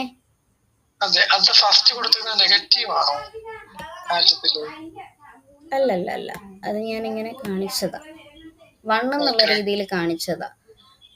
ഓക്കെ. അപ്പൊ ഇവര് തമ്മിൽ ഇങ്ങനെ ഓവർലാപ്പ് ചെയ്തു. അപ്പൊ നമ്മൾ പറഞ്ഞു അവരുടെ സ്പിൻ എങ്ങനെയായിരിക്കണം, ഇലക്ട്രോണുകൾ ഇവർക്ക് 2 പേർക്ക് ഓരോ ഇലക്ട്രോൺസ് അല്ലേ ഉള്ളൂ. അപ്പൊ ആ ഇലക്ട്രോൺ ആണ് ഇപ്പൊ ഇവിടെ ഞാൻ 1 എന്ന് കാണിക്കാൻ ഉദ്ദേശിച്ചത്. ആ ഒരു ഇലക്ട്രോൺസ്, അപ്പോ ഇവിടെ എല്ലാം ഇലക്ട്രോൺസിന് എത്രയാ, ഇവിടെ ഒരു ഇലക്ട്രോണേ ഉള്ളൂ, ഇവിടെ ഒരു ഇലക്ട്രോണേ ഉള്ളൂ. അപ്പൊ ഇവർ കമ്പൈൻ ചെയ്ത് കഴിയുമ്പോൾ ആ ഇലക്ട്രോൺസ് എങ്ങനെയായിരിക്കണം എന്നാ ഞാൻ കണ്ടീഷനിൽ പറഞ്ഞത്, ഒരാള് ക്ലോക്ക് വൈസ് ആണെങ്കിൽ മറ്റേ ആള് ആന്റി ക്ലോക്ക് വൈസ് ആയിരിക്കണം അല്ലേ? അപ്പോൾ ഇലക്ട്രോണുകൾ ഒന്ന് ക്ലോക്ക് വൈസ് ആണെങ്കിൽ മറ്റൊന്ന് ആന്റി ക്ലോക്ക് വൈസിലായിരിക്കണം. അപ്പൊ ഇങ്ങനെ ഓവർലാപ്പ് ചെയ്യുമ്പോൾ ഇലക്ട്രോണിന്റെ പൊസിഷൻ അതെന്തായിരിക്കും, ഇങ്ങനെ ആയിരിക്കില്ലേ? അപ്പൊ ഇങ്ങനെ ആയിരിക്കും. എങ്കിൽ മാത്രമേ അവിടെ എന്ത് ചെയ്യുള്ളൂ, ഓവർലാപ്പിംഗ് നടക്കത്തുള്ളൂ. അപ്പോൾ ഹൈഡ്രജന്റെ 1s ഓർബിറ്റലുകൾ തമ്മിൽ എന്ത് ചെയ്തു, ഇത് 1s ഓർബിറ്റലുകളല്ലേ, ആകെ ഒരു ഇലക്ട്രോൺ അല്ലേ ഉള്ളൂ. അപ്പോൾ 1s ഓർബിറ്റലുകൾ തമ്മിൽ കമ്പൈൻ ചെയ്ത് ഹാഫ് ഫിൽഡ് ആയിട്ടുള്ള ഇലക്ട്രോൺ ഓപ്പോസിറ്റ്ലി സ്പിൻഡ് ആയിട്ടുള്ള ഹാഫ് ഫിൽഡ് ആയിട്ടുള്ള ഓർബിറ്റൽസ് കമ്പൈൻ ചെയ്യുമ്പോഴാണ് ഹൈഡ്രജൻ മോളിക്യൂള് ഉണ്ടാവുന്നത്. മനസ്സിലായോ? ക്ലിയർ ആണോ? ഇനി തിയററ്റിക്കലി എന്താ സംഭവിക്കുന്നതെന്ന് വെച്ചാൽ ഹൈഡ്രജൻ ആറ്റത്തിൽ ഇപ്പം എന്താ സംഭവിക്കുന്നതെന്ന് ഞാൻ പറഞ്ഞുതരാം. എന്താ സംഭവിക്കുന്നതെന്ന് പറഞ്ഞുതരാം. ഇപ്പം ആദ്യത്തെ ഹൈഡ്രജൻ ആറ്റം ന്യൂക്ലിയസ് ആണ് ഞാൻ ആദ്യം വരയ്ക്കുന്നത്. പ്ലസ് ചാർജ് ആണ് ന്യൂക്ലിയസിന്. ഇലക്ട്രോൺസിന്റെ ചാർജ് എന്താ? നെഗറ്റീവ് അല്ലേ? അപ്പം ഞാൻ നെഗറ്റീവ് ഇവിടെ റെപ്രസെന്റ് ചെയ്തു. അതേപോലെ തന്നെ അടുത്ത് വേറൊരു ആറ്റവും ഉണ്ടല്ലോ, ഹൈഡ്രജൻ ഓർബിറ്റലുണ്ട്. ന്യൂക്ലിയസ്, ഇലക്ട്രോൺ ഉണ്ട്. ഇവിടെ എന്താ സംഭവിക്കുന്നതെന്ന് വെച്ചാൽ അവർ ആ ഓർബിറ്റലിൽ എന്താ സംഭവിക്കുന്നതെന്ന് വെച്ചാൽ ഇവിടെ ന്യൂക്ലിയസിന്റെ ചാർജ് പോസിറ്റീവാണ് അല്ലേ, ഇലക്ട്രോണിന്റെ ചാർജ് നെഗറ്റീവുമാണ്. അപ്പം പോസിറ്റീവും നെഗറ്റീവും തമ്മിൽ ഒരു അട്രാക്ഷൻ ഉണ്ടാവുമല്ലോ. അപ്പോൾ ഇവിടെയും സെയിം അതുപോലെ തന്നെ ന്യൂക്ലിയസിന്റെ ചാർജ് പോസിറ്റീവാണ്, ഇലക്ട്രോണിന്റെ ചാർജ് നെഗറ്റീവാണ്. അപ്പോൾ ഇവരിങ്ങനെ തമ്മി ഇങ്ങനെ അടുത്തേക്ക് വരുമ്പോൾ അവിടെ ഓട്ടോമാറ്റിക്കലി എന്ത് സംഭവിക്കും? ഈ നെഗറ്റീവ് ചാർജും ഈ പോസിറ്റീവ് ചാർജും തമ്മിലൊരു അട്രാക്ഷൻ ഉണ്ടാവും. ഈ നെഗറ്റീവ് ചാർജും ഇവിടുത്തെ പോസിറ്റീവ് ചാർജും തമ്മിലൊരു അട്രാക്ഷൻ ഉണ്ടാവും. ഇങ്ങനെ സെയിം ഇവിടെയും സംഭവിക്കും. കാരണം ഇവർ അടുത്തേക്ക് വരുമ്പോൾ അങ്ങനെ സംഭവിക്കും, അട്രാക്ഷൻ ഉണ്ടാവും. അപ്പൊ ന്യൂക്ലിയസും ഉണ്ട് ഇലക്ട്രോണും ഉണ്ട്. ഇവ തമ്മിൽ ഇങ്ങനെ അടുത്ത് വരുമ്പോൾ ഉണ്ടാകുന്ന ആ ഒരു അട്രാക്ഷൻ, ആ അട്രാക്ഷനും മോളിക്യൂളിന്റെ ആ ഒരു ഫോർമേഷനിൽ വളരെയധികം സ്വാധീനിക്കുന്നുണ്ട്. അതുപോലെ തന്നെ ഇവിടെ ഇപ്പൊ അട്രാക്ഷൻ നടക്കുന്ന പോലെ തന്നെ ഇപ്പൊ ഈ രണ്ട് ഓർബിറ്റലുകൾ അടുത്തടുത്തേക്ക് വരുന്ന സമയത്ത് അട്രാക്ഷൻ നടക്കുന്നത് പോലെ തന്നെ അവിടെ ഒരു റിപ്പൽഷനും നടക്കും. റിപ്പൽഷൻ എങ്ങനെയാ നടക്കുന്നേ? അതായത് റിപ്പൽഷൻ എന്ന് പറഞ്ഞാൽ ഈ പോസിറ്റീവും തമ്മിലൊരു റിപ്പൽഷൻ ഉണ്ടാവും. ഈ നെഗറ്റീവും തമ്മിൽ എന്ത് ചെയ്യും? റിപ്പൽഷൻ ഉണ്ടാവും. അപ്പൊ ഇവിടെ അട്രാക്റ്റീവ് ഫോഴ്സും ഉണ്ട്, റിപ്പൾസീവ് ഫോഴ്സും ഉണ്ട്. മനസ്സിലായി? അതാണ് നമ്മളത് ഇവിടെ കാണുന്നത്. ഇലക്ട്രോൺ ന്യൂക്ലിയസ് അട്രാക്റ്റീവ് ഇന്ററാക്ഷൻ ഉണ്ട്, ഇലക്ട്രോൺ റിപ്പൾസീവ് ഇന്ററാക്ഷൻ ഉണ്ട്, ന്യൂക്ലിയസ് റിപ്പൾസീവ് ഇന്ററാക്ഷനും ഉണ്ട്. ക്ലിയർ ആയോ? ഇപ്പൊ ഈ ഫിഗറിൽ കണ്ടറിയാം, രണ്ട് സെപ്പറേറ്റഡ് ആയിട്ടുള്ള ആൾക്കാര് അവരിങ്ങനെ അടുത്തടുത്തേക്ക് വരുമ്പോഴാണ് അവർക്ക് ഇതുപോലെ ന്യൂക്ലിയസും ഇലക്ട്രോൺസും തമ്മിലൊരു അട്രാക്ഷൻ വരുന്നത്. പിന്നെ അങ്ങനെയാണ് അവർ എന്ത് ചെയ്യുന്നത്? ഓവർലാപ്പ് ചെയ്ത് ഹാഫ് ഫിൽഡ് ആയിട്ടുള്ള ഓർബിറ്റൽസ് കമ്പൈൻ ചെയ്യുമ്പോഴാണ് എന്ത് ചെയ്യുന്നത്? ഒരു മോളിക്യൂള് പ്രൊഡ്യൂസ് ആവുന്നത്. അതാണ് ഈ ഫിഗറിൽ കാണിച്ചിരിക്കുന്നത്. ഡൗട്ട് ഉണ്ടോ? ക്ലിയർ അല്ലേ? ഇനി ഈ ഗ്രാഫ് എന്താ പറയുന്നതെന്ന് വെച്ച് കഴിഞ്ഞാൽ ഒന്നുമില്ല, നമ്മൾ പഠിച്ചിട്ടില്ലേ, ആറ്റത്തിന് ഒരുപാട് എനർജി വന്നു കഴിഞ്ഞു കഴിഞ്ഞാൽ അവർ സ്റ്റേബിൾ ആയിരിക്കോ അൺസ്റ്റേബിൾ ആയിരിക്കോ? അൺസ്റ്റേബിൾ ആയിരിക്കും. എനർജി മിനിമത്തിൽ നിൽക്കുമ്പോഴാണ് എന്ത് ചെയ്യുന്നത്? അവർ സ്റ്റേബിൾ ആവുന്നത്. അപ്പൊ ഇവിടെ നോക്കിക്കേ, ഇവിടെ രണ്ട് ആറ്റംസ് ഭയങ്കര അകലത്തിലാണ് നിൽക്കുന്നത്. രണ്ട് ആറ്റംസ് ഉണ്ട്. ആദ്യം അവരെവിടെയായിരുന്നു? നല്ല ദൂരത്തിലാണ് നിൽക്കുന്നത് അല്ലേ? ദൂരെയായിരുന്നു. പിന്നീട് അവർ എന്ത് ചെയ്യുന്നു? ഇങ്ങനെ പതിയെ അടുത്തേക്ക് വരുന്നുണ്ട് അല്ലേ? അപ്പൊ അവരുടെ ഇന്റർന്യൂക്ലിയർ ഡിസ്റ്റൻസ് ഇങ്ങനെ അടുത്തേക്ക് വരിക അല്ലേ? ഇന്റർന്യൂക്ലിയർ ഡിസ്റ്റൻസ് കുറഞ്ഞു വരുക. ഇവിടെ ഇപ്പോൾ ഉള്ള അത്ര ദൂരമല്ലല്ലോ, ഇവിടേക്ക് വന്നപ്പോൾ കുറച്ചുകൂടെ അടുത്തില്ലേ. അപ്പൊ അവരുടെ ഇന്റർന്യൂക്ലിയർ ഡിസ്റ്റൻസ് കുറയുന്നു. അപ്പൊ എന്ത് ചെയ്യുന്നു? എനർജി ഇങ്ങനെ കുറഞ്ഞു വരികയാണ്. ഓക്കെ. അപ്പൊ എനർജി ഇങ്ങനെ കുറഞ്ഞു വന്നു. അപ്പൊ ഇങ്ങനെ ആറ്റം ഇങ്ങനെ എന്ത് ചെയ്യുന്നു? ഇങ്ങനെ ഒരു അവരിങ്ങനെ ഓവർലാപ്പ് ചെയ്ത് വന്നു. അതാണ് ഇത് ഇവിടെ കാണിക്കുന്നത്. ഇപ്പൊ ആറ്റം എന്ത് ചെയ്യുന്നു? ഒന്ന് കമ്പൈൻ ചെയ്ത് നിൽക്കുക അല്ലേ? മിനിമം പൊസിഷനിൽ എത്തി നിൽക്കുക. അപ്പൊ എന്ത് ചെയ്തു? എനർജി കുറഞ്ഞു വന്നു. അതാണ് ആ ഗ്രാഫിൽ ഇങ്ങനെ കാണിക്കുന്നത്. എനർജി കുറഞ്ഞു വന്നത് കണ്ടോ? അവരിങ്ങനെ ഒന്നുകൂടെ ഇപ്പൊ കമ്പൈൻ ചെയ്ത് നിൽക്കുക. ആ ദൂരത്തായിരുന്നു ആദ്യം ദൂരത്തായിരുന്നു, പിന്നെ കുറച്ച് അടുത്തേക്ക് വന്നു. അപ്പോൾ ഇന്റർന്യൂക്ലിയർ ഡിസ്റ്റൻസ് കുറയുന്നു, എനർജി കുറയുന്നു. അപ്പോൾ അവർ ഒന്ന് ഒരു ഒരു ഒരു ബോണ്ട് ഫോം ചെയ്തു. അവർക്കിടയിൽ എന്ത് ചെയ്തു, ഒരു മിനിമം പൊസിഷനിൽ അവർ എത്തി. അവർ കുറെ കൂടി എടുത്തു. അപ്പോൾ എന്ത് ചെയ്തു, എനർജി ഒരു മിനിമം പൊസിഷനിൽ വന്നു, അല്ലേ? അതാണ് ആ എനർജി കുറയുന്നത് കാണിച്ചത്. അപ്പൊ എനർജി കുറഞ്ഞു എന്ന് പറഞ്ഞാൽ എന്താണ്? ഇപ്പൊ ആറ്റം ഏത് സ്റ്റേറ്റിലാണ് നിൽക്കുന്നത്? സ്റ്റേബിൾ സ്റ്റേറ്റിലാണ് ഇപ്പൊ ആ ഒരു മോളിക്യൂള് നിൽക്കുന്നത്, അല്ലേ? അപ്പൊ ഞാൻ അവരെ പിന്നെയും ഒന്നുകൂടെ ഒന്ന് ചേർക്കാൻ നോക്കുക. അപ്പോഴാണ് ഈ രീതിയിലാണ് ഒന്നുകൂടെ ഞാൻ അവരെ മെർജ് ചെയ്യാൻ നോക്കിക്കഴിഞ്ഞു കഴിഞ്ഞാൽ ആ എനർജി എന്ത് ചെയ്യും, പിന്നെയും കൂടുക ചെയ്യുന്നത്. അതാണ് ആ ഗ്രാഫ് ഇങ്ങനെ മേലേക്ക് പോകുന്നത് കാണിച്ചത്. മനസ്സിലായോ? അതായത് ഓൾറെഡി അവരൊരു മിനിമം പൊസിഷനിൽ എത്തി നിൽക്കുക. അപ്പം ആറ്റം സ്റ്റേബിൾ ആയി. അതാണ് ഇവിടെ കാണിക്കുന്നത്. അപ്പൊ എനർജി കുറഞ്ഞു, അപ്പൊ ആറ്റം സ്റ്റേബിൾ ആയി. ഇപ്പൊ ഇവര് അത്യാവശ്യം നല്ല ഒരു ബോണ്ടിൽ ഇങ്ങനെ നിൽക്കുകയല്ലേ, നമുക്ക് കാണാൻ പറ്റുന്നില്ലേ? പിന്നെയും ഞാൻ അവരെ ഒന്നുകൂടെ അടുപ്പിക്കാൻ നോക്കി കഴിയുമ്പോ എന്ത് ചെയ്യും, ആ സ്റ്റേറ്റിൽ നിന്ന് എനർജി പെട്ടെന്ന് ഹയർ സ്റ്റേറ്റിലേക്ക് പോകും. ആ ഒരു ബോണ്ട് ഇപ്പം നമ്മളിപ്പോ ഒരു മിനിമം പൊസിഷനിൽ എത്തി, അതാണ് ഈ ഒരു പൊസിഷൻ. അവിടെ ആയിരിക്കും എന്ത് ചെയ്യുന്നത്, ബോണ്ട് ഫോം ചെയ്യുന്നത്.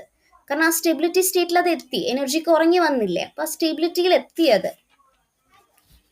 അപ്പൊ ആ ആറ്റംസ് തമ്മിലുള്ള ഡിസ്റ്റൻസ് ആയിരിക്കും അതിന്റെ എന്ത്, ബോണ്ട് ലെങ്ത്. അതാണ് ഇവിടെ 74 പൈക്കോമീറ്റർ എന്ന് തന്നിരിക്കുന്നത്. അപ്പൊ ഇതെങ്ങനെയാ കിട്ടിയത്? ആ സ്റ്റേബിൾ മോളിക്യൂള് ഫോം ചെയ്തപ്പോൾ ഉള്ള ആ ഒരു ഇന്റർന്യൂക്ലിയർ ഡിസ്റ്റൻസിന്റെ പകുതിയാണ്. മനസ്സിലായോ? ഈ 74 പൈക്കോമീറ്റർ കിട്ടിയത് ഇന്റർന്യൂക്ലിയർ ഡിസ്റ്റൻസിന്റെ പകുതി, ബോണ്ട് ലെങ്ത് ആണ്. അതായത് അവർക്കിടയിലുള്ള ആ ഒരു ബോണ്ട് ലെങ്ത്,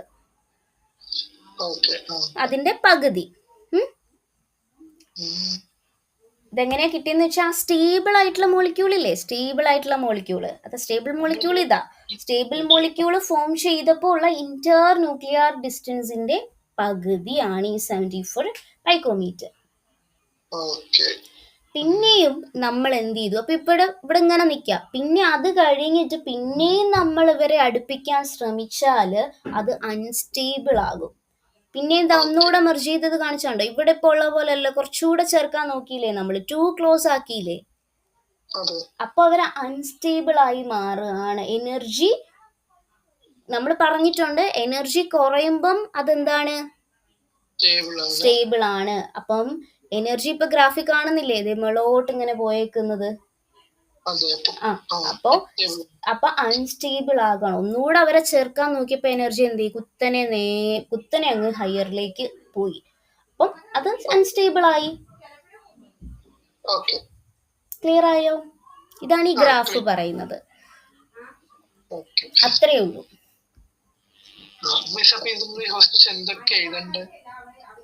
എന്ത് ഈ ഗ്രാഫിനെ പറ്റിയിട്ടുള്ള കാര്യങ്ങളൊക്കെയാണ് ഇവിടെ ജസ്റ്റ് പറഞ്ഞു പോയേക്കുന്നത്. ഈ ഗ്രാഫ് ഒക്കെ വരച്ചു വെച്ചാൽ നല്ലതായിരിക്കും. നമുക്ക് കാര്യം മനസ്സിലായല്ലോ എന്താണെന്ന്. അതൊക്കെ വരച്ചു വെച്ച് ആ വരച്ചു വെച്ചിട്ട് നമുക്ക് മനസ്സിലായതൊന്ന് എക്സ്പ്ലെയിൻ ചെയ്ത് കൊടുത്താൽ മതി.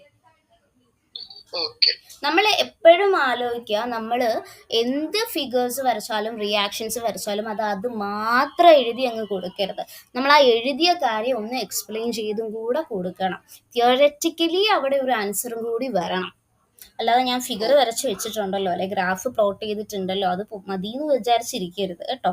അത് കംപ്ലീറ്റഡ് ഒരു ആൻസർ ഫോമിലേക്ക് എത്തണമെങ്കിൽ നമ്മൾ ആ വരച്ച് അല്ലെങ്കിൽ എഴുതി വെച്ചതിനൊരു എക്സ്പ്ലെയിൻ ചെയ്ത്, ആ വരച്ചത് എന്താണോ അതൊന്ന് എക്സ്പ്ലെയിൻ ചെയ്തുകൂടി പോവാം.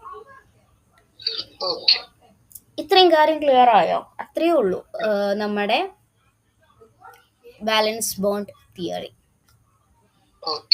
ഇനി സിഗ്മ ബോണ്ടാ. സിഗ്മ ബോണ്ട് ഒക്കെ എന്താന്ന് കേട്ടിട്ടുണ്ടോ? സിംഗിൾ ബോണ്ട് എന്ന് പറഞ്ഞാല് ഇപ്പം ഞാൻ പറഞ്ഞുതരാം. ഇപ്പോൾ ഒരു ഇന്റർന്യൂക്ലിയർ ആക്സിസിലൂടെയാണ് ഒരു ഹാഫ് ഫിൽഡ് ആയിട്ടുള്ള ഓർബിറ്റൽസിന്റെ ഓവർലാപ്പിംഗ് നടക്കുന്നതെങ്കിൽ അതിനെയാണ് നമ്മൾ സിഗ്മ ബോണ്ട് എന്ന് വിളിക്കുന്നത്. എന്നുവെച്ചാൽ ഇന്റർന്യൂക്ലിയർ ആക്സിസ് എന്ന് പറഞ്ഞാൽ എന്താ? സിഗ്മ ബോണ്ട് എന്ന് പറഞ്ഞാൽ ഇപ്പൊ എസ് ഓർബിറ്റലിന്റെ ഷേപ്പ് എന്താ? സ്ഫിയർ ആയിരിക്കും, സ്ഫെറിക്കൽ ഷേപ്പ് ആയിരിക്കും. അപ്പൊ ഞാനിപ്പോ സ്ഫെറിക്കൽ ഷേപ്പിലുള്ള രണ്ട് ആൾക്കാരെ എടുത്തപ്പോഴത്തേക്കും ഇപ്പൊ ഹൈഡ്രജൻ തന്നെയാണെന്ന് ഇരിക്കട്ടെ, അപ്പൊ അവർക്കിടയിൽ ബോണ്ട് ഫോം ചെയ്തത് ഇങ്ങനെയല്ലേ?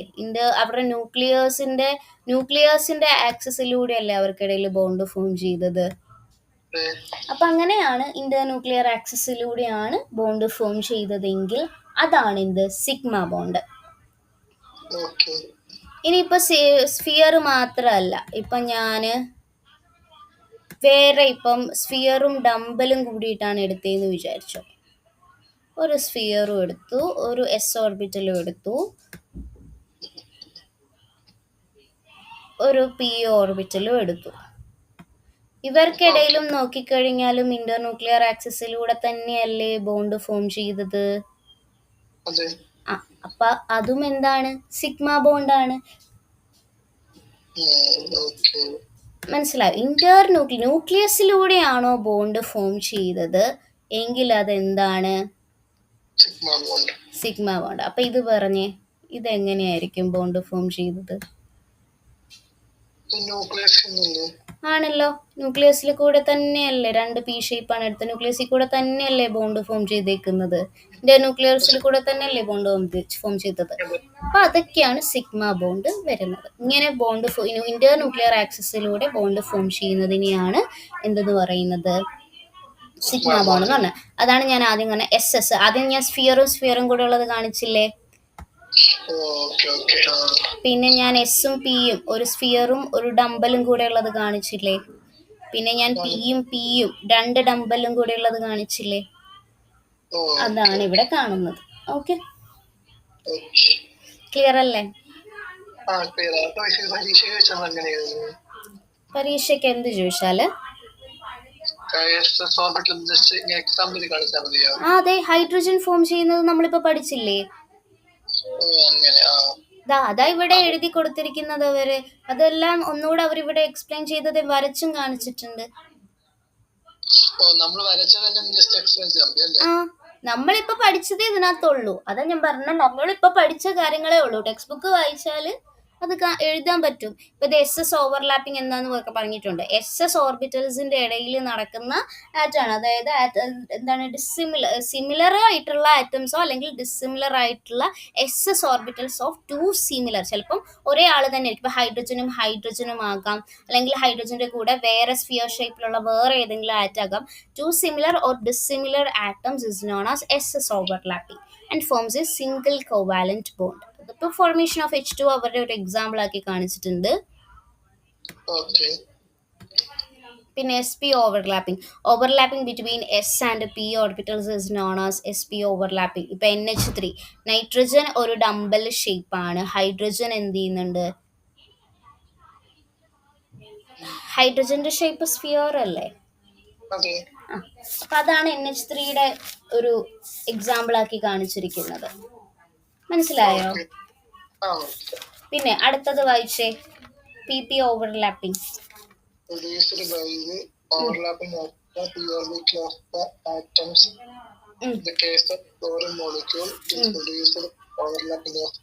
ഇപ്പൊ NH3 വരക്കുന്ന എങ്ങനെയാ? NH3 എങ്ങനെയാ വരയ്ക്കുന്നേ? ഇപ്പം N എന്ന് പറഞ്ഞു കഴിഞ്ഞാല് എത്ര ഡംബൽ ഷേപ്സ് ഉണ്ട്? ഇപ്പൊ എത്ര ബോണ്ടാ ഫോം ചെയ്യുന്നേ? 1, 2,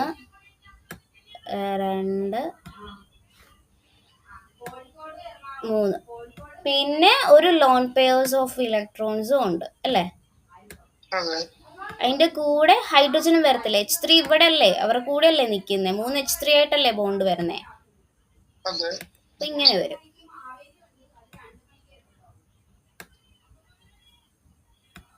മനസ്സിലായോ?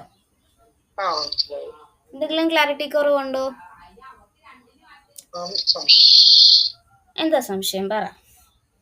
നമ്മുടെ ഹൈഡ്രജൻ അല്ലേ 3? അല്ല, ഹൈഡ്രജൻ അല്ലേ 3? ആ ഹൈഡ്രജൻ ആണ് ദേ ഇവിടെ ഞാൻ കാണിച്ചിരിക്കുന്നത് സ്ഫിയർ ഷേപ്പില്. അപ്പൊ അന്നേരം നൈട്രജൻ ഒന്നല്ലോ? നൈട്രജന്റെ ആ ഒരു ബോണ്ട് ഇല്ലേ, ആ ബോണ്ടാ കാണിക്കുന്നത് ഈ ഡംബൽ ഷേപ്പില്. ബോണ്ട് 3 ഉണ്ടോ?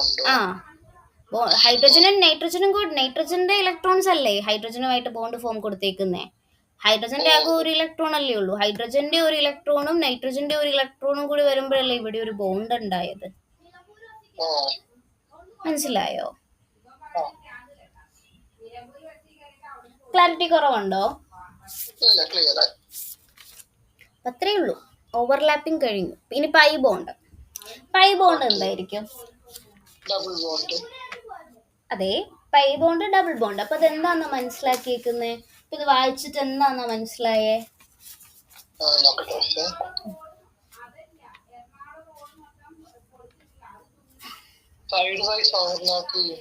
ആ, സൈഡ് വൈസ് ഓവർലാപ്പിംഗ് എന്ന് പറയുമ്പം ഏത് രീതിയിലായിരിക്കും? ഇപ്പൊ ഞാൻ ആക്സിയൽ ഓവർലാപ്പിംഗ് പറഞ്ഞു, ഞാൻ സൈഡ് വൈസ് ഓവർലാപ്പിംഗ് നേരത്തെ ഞാൻ പറഞ്ഞു പോയായിരുന്നു. അത് ഓർക്കുന്നുണ്ടെങ്കിൽ ഒന്ന് പറഞ്ഞേ. ഇപ്പൊ 2 ഡംബലുകളും സൈഡ് ബൈ സൈഡ് ഓവർലാപ്പ് ചെയ്ത് കഴിഞ്ഞാൽ ഫോം ചെയ്യുന്നത്.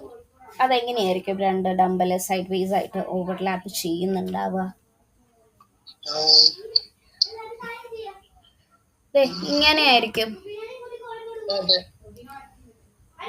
ഇങ്ങനെയും ഇതല്ലേ ഡംബിൾ ഷേപ്പ്. അപ്പം ഇങ്ങനെ ഓവർലാപ്പ് ചെയ്യുന്നത്, സൈഡ് വൈസ് ആയിട്ട് ഓവർലാപ്പ് ചെയ്യുന്നത്. അതിപ്പോ സ്ഫിയർ ആണെന്നുണ്ടെങ്കിൽ എന്താ, സർക്കിൾ അല്ലേ, അപ്പൊ സ്ഫിയർ എന്ത് ചെയ്യും, ഇങ്ങനെ ഓവർലാപ്പ് ചെയ്യുന്നതിനെയാണ്, സൈഡായിട്ട് ഓവർലാപ്പ് ചെയ്യുന്നതിനെയാണ് പൈ ബോണ്ട് എന്ന് പറയുന്നത്. ക്ലിയർ ആയോ? മതി. പിന്നെ ഇവരുടെ ഡിഫറൻസ് പഠിച്ചോ കേട്ടോ. നമ്മളിപ്പോ പറഞ്ഞ കാര്യങ്ങളൊക്കെ തന്നെ ഉള്ളൂ. Difference between sigma bond and pi bond ചോദിച്ചു കഴിഞ്ഞാൽ നമുക്ക് എഴുതാൻ അറിയണം. ക്ലിയർ ആയോ? എന്തെങ്കിലും ഡൗട്ടോ ക്ലാരിഫിക്കേഷനോ എന്തെങ്കിലും എവിടെയെങ്കിലും? ഏതാ ഡിഫറൻസിൽ? ഇപ്പൊ നമ്മൾ പറഞ്ഞ അതെ, formed by the head on overlap of orbitals along the axis എന്ന് വെച്ചാൽ എന്താ?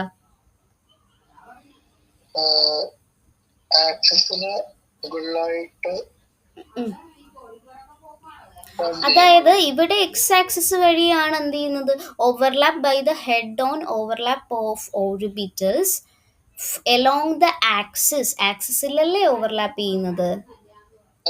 ആ, ഇവിടെയോ? സൈഡ് വൈസ് അല്ലേ.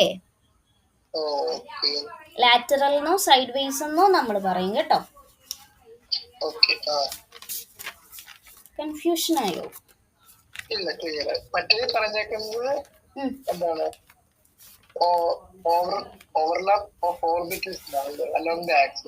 ഇപ്പൊ ഇവിടെ നമ്മളിപ്പോ സൈഡ് വൈസ് ഓവർലാപ്പ് ചെയ്യുന്ന കാര്യം പറഞ്ഞില്ലേ, ആ സൈഡ് വൈസ് ഓവർലാപ്പ് എന്ന് പറയുന്നത് വീക്ക് ബോണ്ട് ആയിരിക്കും. ഇപ്പൊ സൈഡ് വൈസ് എന്നും പറയും, ലാറ്ററൽ എന്നും പറയും. ഇപ്പൊ എസ് എസ് ഓർബിറ്റൽ ഓവർലാപ്പിംഗ് ആണ് എന്നുണ്ടെങ്കിൽ എസ് എസ്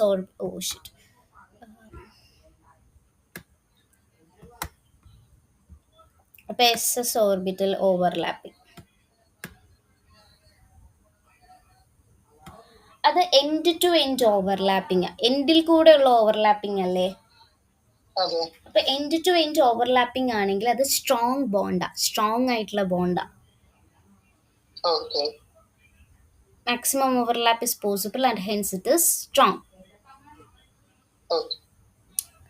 പിന്നെ ഞാൻ ഇനിയിപ്പം അതിനാണ് നമ്മൾ സിഗ്മ ബോണ്ട് എന്ന് പറയുന്നത്. ഇനി എസ് പി ഓവർലാപ്പിംഗ് ആണെങ്കിൽ ഒരു സ്ഫിയറും ഡംബലും കൂടിയിട്ടുള്ള ഓവർലാപ്പിംഗ് ആയിരിക്കും അല്ലേ. അപ്പം ഇതിങ്ങനെയാണ് വരുന്നെങ്കിൽ ഇതും എൻഡ് ടു ഓവർലാപ്പിംഗ് അല്ലേ, എൻഡിൽ കൂടെ അല്ലേ ഓവർലാപ്പ് ചെയ്തിരിക്കുന്നത്. അപ്പൊ എൻഡ് ടു ഓവർലാപ്പിംഗ് വരുമ്പോഴത്തേക്കും അതെന്താ, സ്ട്രോങ് ആണ്. പിന്നെ P P overlapping. P P overlapping എന്ന് പറഞ്ഞാൽ പി ആയിട്ടുള്ള ഓവർലാപ്പിംഗ്. അത് പി എന്ന് പറഞ്ഞാൽ 2 പികൾ തമ്മിലുള്ള ഓവർലാപ്പിംഗ്. ഇതും എൻഡ് ടു ഓവർലാപ്പിംഗ് അല്ലേ. ആ, പക്ഷെ സൈഡ് വൈസ് വരുമ്പോ എന്തായിരിക്കും, വീക്ക് ആയിരിക്കും. അതൊന്ന് ഓർത്തിരുന്നാൽ മതി കേട്ടോ.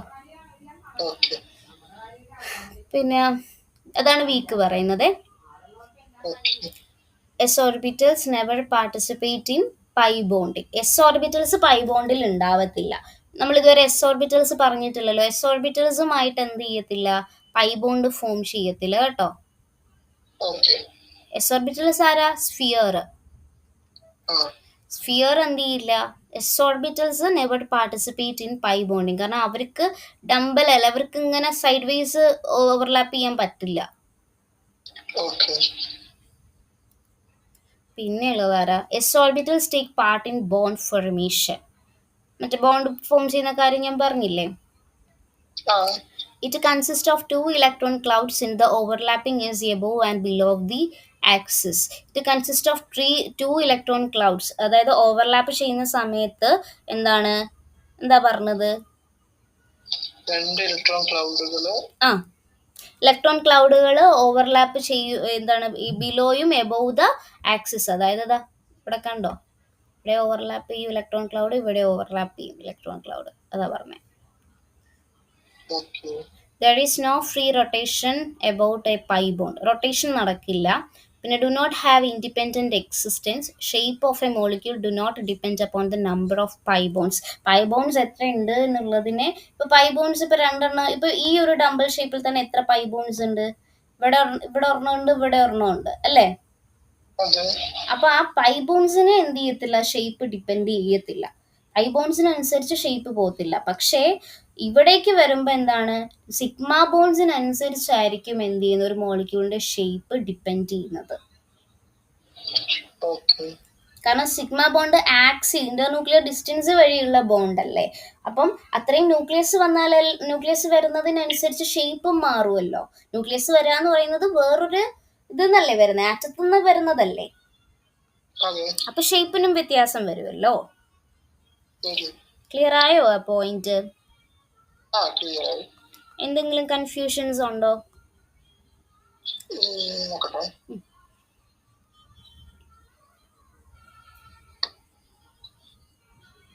സിഗ്മ ബോണ്ടിന്റെ ഫോർത്ത് പോയിന്റ് എന്താ പറയുക? It consists of one electron cloud since the overlap is along the axis. ഒരു ഇലക്ട്രോൺ ക്ലൗഡ് അല്ലേ അവിടെ വരത്തുള്ളൂ along the axisൽ വരുമ്പോ. അതെ. ആ അതാ.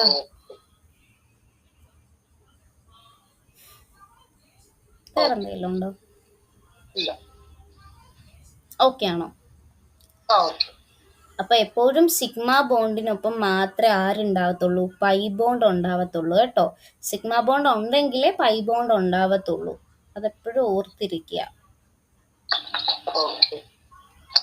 എന്തെങ്കിലും ക്ലാരിറ്റി കുറവ് എവിടെയെങ്കിലും ഉണ്ടോ? ഇപ്പൊ ബാലൻസ് ബോണ്ട് തിയറി എന്ന് പറഞ്ഞാൽ ഓർബിറ്റലുകൾ തമ്മിൽ എന്ത് ചെയ്യുന്നു, ഓവർലാപ്പിംഗ് ചെയ്തു, ഷെയർ ചെയ്തു, ഇലക്ട്രോൺ പെയർ ഷെയർ ചെയ്ത് ബോണ്ട് ഫോർമേഷൻ നടക്കുന്നതാണ്. ഇപ്പൊ നമ്മൾ H2 മോളിക്യൂളിന്റെ കാര്യം പറഞ്ഞില്ലേ, അതുപോലെ. ഇനിയിപ്പോ സിഗ്മ ബോണ്ട് എന്ന് പറഞ്ഞാൽ ഹെഡ് ഓൺ ഓവർലാപ്പിംഗ് ആണ്, ശക്തമായിട്ടുള്ള ഒരു ബോണ്ടാണ്. അതാണ് ഹെഡ് ഓൺ ഓവർലാപ്പ് കേട്ടോ. എല്ലാ സിംഗിൾ ബോൺസും എന്തായിരിക്കും, സിഗ്മ ബോണ്ട് ആയിരിക്കും. ഇനി ടൈപ്സ് ഓഫ് സിഗ്മ ഓവർലാപ്പ് ഏതൊക്കെയാ? Types of sigma overlap S, S P, P P ഇവരൊക്കെയാണ്. ഓക്കെ. ഇനി പൈ ബോണ്ട് വരുമ്പോൾ അവർ സൈഡ് വേസ് ഓവർലാപ്പ് ആയിരിക്കും. പി ഓർബിറ്റൽസ് അവരെന്തായിരിക്കും, വീക്ക് ആയിരിക്കും. എപ്പോഴും സിഗ്മ ബോണ്ടിനൊപ്പം മാത്രമേ എന്ത് ചെയ്യുള്ളൂ, ഉണ്ടാവത്തുള്ളൂ. ഓക്കെ. ഇനി സിഗ്മ ബോണ്ടും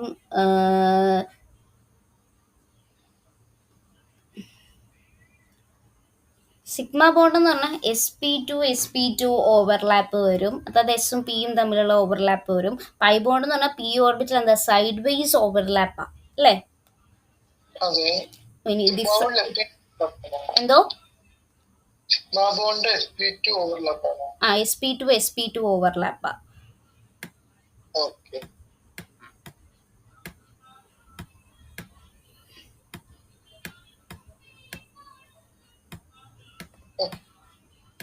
sp2 ഓവർലാപ്പാ. ഓക്കെ. ഇനി difference sigma bond versus pi bond എന്താ? സിഗ്മ ഓവർലാപ്പ് ടൈപ്പ് എങ്ങനെയായിരിക്കും? ഹെഡ് ഓൺ ആയിരിക്കും. പൈ ബോണ്ടിന്റെ സൈഡ് വൈസ് ആയിരിക്കും. എന്താണ് സ്ട്രെങ്ത് എന്തായിരിക്കും? സ്ട്രോങ് ആയിരിക്കും. പൈ ബോണ്ടിന്റെ വീക്ക് ആയിരിക്കും. എക്സിസ്റ്റൻസ് എങ്ങനെയായിരിക്കും? അവർക്ക് ഒറ്റയ്ക്ക് സിഗ്മ ബോണ്ടിന് ഒറ്റയ്ക്കാണെങ്കിൽ എക്സിസ്റ്റ് ചെയ്യാൻ പറ്റും. പക്ഷെ പൈ ബോണ്ടിന് എന്താണ് സിഗ്മ ബോണ്ട് ഉണ്ടെങ്കിലേ എക്സിസ്റ്റ് ചെയ്യാൻ പറ്റത്തുള്ളൂ. ഓക്കെ അല്ലേ?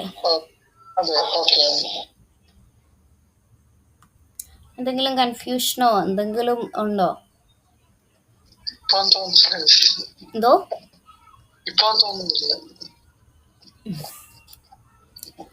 ഓക്കെ, ഇനിയിപ്പോ അടുത്ത ടോപ്പിക്കിലേക്ക് പോകാവോ? ഓക്കെ ആണോ? Limitations of വാലൻസ് bond theory. എന്താണ് ലിമിറ്റേഷൻസ്?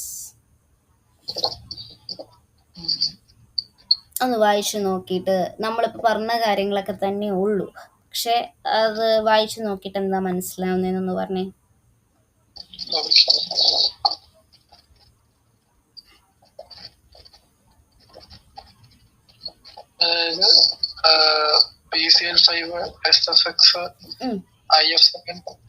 ഇതിന്റെ ഫോർമേഷനെ പറ്റി എക്സ്പ്ലെയിൻ ചെയ്യാനായിട്ട് പറ്റിയിട്ടുണ്ട്. അതായത് മോളിക്കുലർ ഷേപ്പ് വ്യക്തമാക്കാനായിട്ട് സാധിച്ചിട്ടില്ല.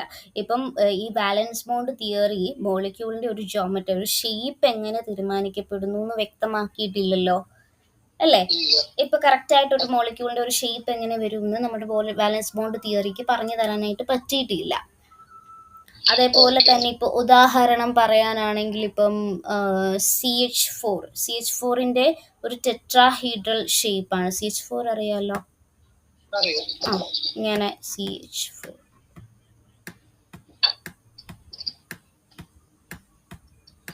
ആരാ CH4? മീതെയിൻ ആണ്. അപ്പോൾ CH4, അപ്പം ഈ CH4ന്റെ ടെട്രാഹീഡ്രൽ എന്ന് പറയുന്ന ഒരു ഷേപ്പ് വാലൻസ് ബോണ്ട് തിയറി കൊണ്ട് നമുക്ക് പ്രെഡിക്റ്റ് ചെയ്യാൻ കഴിയത്തില്ല. പിന്നെ VSEPR തിയറി വെച്ചിട്ടാണ് ഹൈബ്രിഡൈസേഷനും അതുപോലെ തന്നെ VSEPR തിയറിയൊക്കെ വെച്ചിട്ടാണ് ശരിക്കും ഈ ഇങ്ങനത്തെ ഒരു കോമ്പൗണ്ടിന്റെ ഷേപ്പ് തന്നെ പ്രെഡിക്റ്റ് ആയത്. അപ്പോൾ VSEPR തിയറിയിൽ ഇപ്പം നമ്മളത് പറയും. പിന്നെ ബോണ്ട് എന്തോ അതിനകത്ത് central atom is having 10, 12 and 14 electrons. Central atom which the central atom is having 10, 12 and 14 electrons respectively instead of an octet of electrons. എന്ന് പറഞ്ഞാൽ എന്താ? outermost ഷെല്ലില് 12, 10, 14 electrons. എന്തോ കേൾക്കത്തില്ല. outermost ഷെല്ലില് 10 അല്ലെങ്കിൽ 12 അല്ലെങ്കിൽ 14 electrons വേണമെന്നുള്ളത്. ഔട്ടർമോസ്റ്റ് ഷെല്ലില് 10, 12, 14 ഇലക്ട്രോൺസ് റെസ്പെക്ട് ചെയ്യുന്നുള്ളതാണ്. ബോണ്ട് ഉണ്ടാകുന്നത് ഇപ്പൊ നമുക്കൊരു ബോണ്ട് ഉണ്ടാകുന്ന ഇപ്പം 2 ആറ്റംസിന്റെ ഹാഫ് ഫിൽഡ് ഓർബിറ്റൽസ് ഓവർലാപ്പ് ചെയ്തിട്ടാണല്ലോ. പക്ഷേ ഓർബിറ്റൽസ് ഓവർലാപ്പ് ചെയ്യുന്നു എന്ന് മാത്രം പറഞ്ഞാൽ മോളിക്യൂളിന്റെ ജോമെട്രി അല്ലെങ്കിൽ ഷേപ്പ് നമുക്ക് എന്ത് ചെയ്യാൻ പറ്റില്ല? എക്സ്പ്ലെയിൻ ചെയ്യാനായിട്ട് കഴിയത്തില്ല. അപ്പം നമ്മളിപ്പം കാർബൺ ആറ്റം എടുക്കുക. ഇപ്പം നമ്മൾ CH4 മീതെയിൻ എന്ന് പറയുന്ന ഒരു കാർബൺ ആറ്റം എടുക്കുക. അപ്പം CH4 ഇപ്പം കാർബൺ ആറ്റത്തിന്റെ ഇലക്ട്രോണിക് കോൺഫിഗറേഷൻ എങ്ങനെയാ? 1s2 2s2 2p2 അല്ലേ? അപ്പം VB തിയറി അനുസരിച്ച് 2 അൺപെയർഡ് ഇലക്ട്രോൺസ് മാത്രം 2p2 അല്ലേ? അപ്പോൾ 2 ഹൈഡ്രജൻ ആറ്റംസിനോട് മാത്രമാണ് എന്ത് ചെയ്തിരിക്കുന്നത്? ബോണ്ട് ഉണ്ടാകണം. 2 ഹൈഡ്രജൻ ആറ്റംസിനോട് ബോണ്ട് ഉണ്ടാവണം, അങ്ങനെയല്ലേ? പക്ഷേ യഥാർത്ഥത്തിൽ CH4ന് 4 കാർബണും ഹൈഡ്രജൻ ബോൺസ് ഉണ്ട്. 4 CH ബോൺസ് ഉണ്ട്. അതല്ലേ ഞാൻ നേരത്തെ കാണിച്ചു തന്നെ? CH ബോൺസ് അല്ലേ? ഷേപ്പ് ടെട്രാഹീഡ്രൽ ആണ്. ബോണ്ട് ആംഗിൾ 109.5 ഡിഗ്രി ആണ്. അപ്പോൾ VB തിയറി കൊണ്ട് പ്രെഡിക്റ്റ് ചെയ്യാൻ കഴിയുന്നുണ്ടോ കറക്റ്റായിട്ട് ഷേപ്പ്? ഇല്ല. അപ്പോൾ അത് വെറും 2 ബോൺസ് ഉണ്ടാകണം എന്ന് പറയുന്നു. പക്ഷെ മോളിക്യൂളിന്റെ ഷേപ്പ് എന്താ? ടെട്രാഹീഡ്രൽ വ്യക്തമാക്കുന്നില്ല. കാരണം VB തിയറിയിൽ ഓർബിറ്റൽ ഹൈബ്രിഡൈസേഷൻ കോൺസെപ്റ്റ് ഒന്നും ഇല്ല. അപ്പം അത് നമ്മൾ അവിടെയാണ് പഠിക്കുന്നത്. മനസ്സിലായോ? ഓക്കെ. ഇപ്പം ഇവിടെ ഇപ്പൊ പറഞ്ഞു വരുന്നത്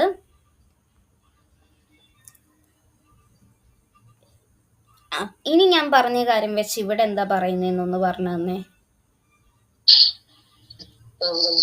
സെക്കൻഡ് റോഡ് ഉം.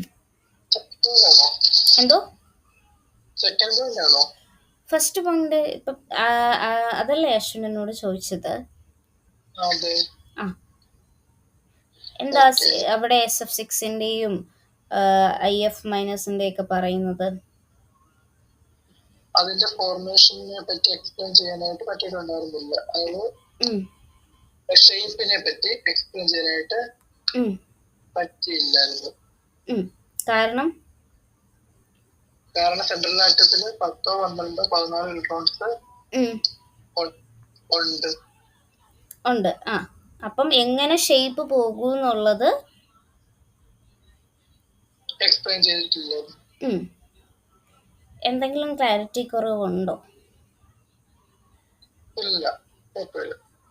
മനസ്സിലാവുന്നുണ്ടോ? പഠിപ്പിക്കുന്നതിന് എന്തെങ്കിലും പ്രോബ്ലം ഉണ്ടോ? ലൈക്ക് ഫോളോ ചെയ്ത് വരാൻ പറ്റുന്നുണ്ടോ? ഒരു ആറ്റത്തിന് ബോണ്ട് ഫോർമേഷനിൽ മാക്സിമം 8 ഇലക്ട്രോൺസ് മാത്രമല്ലേ അക്കോമഡേറ്റ് ചെയ്യാൻ പറ്റത്തുള്ളൂ. മാക്സിമം നമുക്ക് അക്കോമഡേറ്റ് ചെയ്യാം, 8 ഇലക്ട്രോൺസിനെ അക്കോമഡേറ്റ് ചെയ്യാം. പക്ഷെ ചില മോളിക്യൂൾസിൽ 8ൽ കൂടുതൽ ഇലക്ട്രോൺസ്, എക്സ്പാൻഡഡ് ഒക്ടറ്റ് ഒക്കെ പറഞ്ഞ് നമ്മൾ പഠിച്ചിട്ടില്ലേ, ലൂയിസ് ഡോട്ട് സ്ട്രക്ചറിന്റെ ലിമിറ്റേഷൻസ് ഒക്കെ ആയിട്ട് 8ൽ കൂടുതൽ ഇലക്ട്രോൺസ് ഒക്കെ വരുമ്പോഴത്തേക്കും സൂപ്പർ ഒക്ടറ്റ് മോളിക്യൂൾ എന്നൊക്കെ പറഞ്ഞ് നമ്മൾ പഠിച്ചിട്ടുണ്ട്. സെൻട്രൽ ആറ്റത്തിന്റെ വാലൻസ് ഷെല്ലിൽ എക്സ്പാൻഡഡ് 8ൽ കൂടുതൽ ആറ്റംസ് ചിലപ്പോൾ വരും. അപ്പം ഇപ്പൊ അതിനൊരു എക്സാമ്പിൾ ആണ് ഈ പറഞ്ഞ PCl5. PCl5 എന്ന് പറയുന്നത് ഫോസ്ഫറസ് Z=15 ആണ്, അറ്റോമിക് നമ്പർ 15 ആണ്. അപ്പം എന്താ, ഇപ്പം നിയോണിന്റെ ഒരു കോൺഫിഗറേഷൻ എടുക്കുകയാണ്, 3s2 3p3. ഇപ്പൊ VBT പ്രകാരം 5 അൺപെയർഡ് ഇലക്ട്രോൺസ് PCl5-നുണ്ട്, ഫോസ്ഫറസിനുണ്ട് അല്ലേ? 5 ബോൺസ് ഉണ്ടാക്കാൻ 5. ഇപ്പൊ ഞാനത് കാണിച്ചു തരാം, അതെങ്ങനെയാ വരുന്നതെന്നുള്ളതൊന്ന് എക്സ്പ്ലെയിൻ ചെയ്ത് കാണിച്ചു. നമ്മൾ വാലൻസ് ഈ ചെറിയ ക്ലാസ് ഇൻ ദ സെൻസ് ഈ നമ്മൾ ഇതൊക്കെ പഠിച്ച സമയത്ത് ആരുടെ കേസാ, നമ്മുടെ വാലൻസ് ബോണ്ട് തിയറിയും കാര്യങ്ങളും ഒക്കെ പഠിച്ച സമയത്ത് ഇവിടെ പഠിച്ചിട്ടില്ലേ? +1 കെമിക്കൽ ബോണ്ടിങ് എന്ന് പറയുന്ന ചാപ്റ്ററിൽ പഠിച്ചതായിട്ട് എന്തെങ്കിലും ഓർക്കുന്നുണ്ടോ? ഷേപ്സിന്റെ നമ്മൾ ഈ സൂപ്പർ ഒക്ടറ്റ് മോളിക്യൂൾസ് ഒക്കെ പറഞ്ഞ് പഠിച്ചത് ഓർക്കുന്നുണ്ടോ? ഇപ്പൊ ഞാൻ പറഞ്ഞുതരാം. PCl5 എന്ന് പറയുമ്പോൾ P ഫോസ്ഫറസ് ആണ് സെൻട്രൽ ആറ്റം, 5 Cl ഉണ്ട് അല്ലേ? ഫോസ്ഫറസിന്റെ അറ്റോമിക് നമ്പർ എത്രയാ?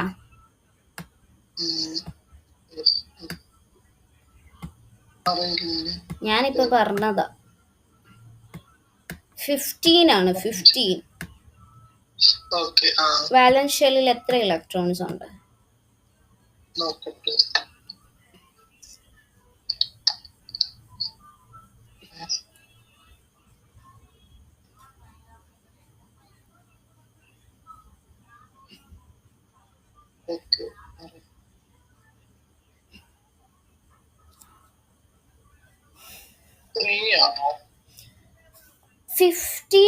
ആണ് അറ്റോമിക് നമ്പർ. ഇലക്ട്രോണിക് കോൺഫിഗറേഷൻ എഴുതുമ്പോ എങ്ങനെ വരും ആലോചിച്ച് നോക്കിയേ അല്ലേ? അപ്പൊ ഫോസ്ഫറസ് ഇവിടെ ഈ ഒരു ക്ലോറിന് ഒരു ഇലക്ട്രോൺ കൊടുക്കും, ഈ ഒരു ക്ലോറിന് ഒരു ഇലക്ട്രോൺ കൊടുക്കും, ഈ ഒരു ക്ലോറിന് ഒരു ഇലക്ട്രോൺ കൊടുക്കും, ഈ ഒരു ക്ലോറിന് ഒരു ഇലക്ട്രോൺ കൊടുക്കും, ഈ ഒരു ക്ലോറിന് ഒരു ഇലക്ട്രോൺ കൊടുക്കും അല്ലേ? ക്ലോറിന്റെ ബാലൻസ് ഷെല്ലിൽ എത്ര ഇലക്ട്രോൺസ് ഉണ്ട്?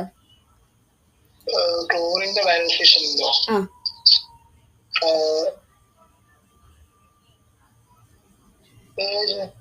7. അപ്പം ഒരാൾ ഇവിടെ ഉണ്ടാവുമല്ലോ,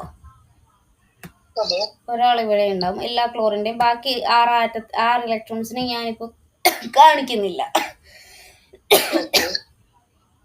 ജസ്റ്റ് ആ ബാലൻസ് വരുന്ന ഒരു ഇലക്ട്രോൺ മാത്രമേ ഇപ്പം ഞാൻ റെപ്രസെന്റ് ചെയ്യുന്നുള്ളൂ.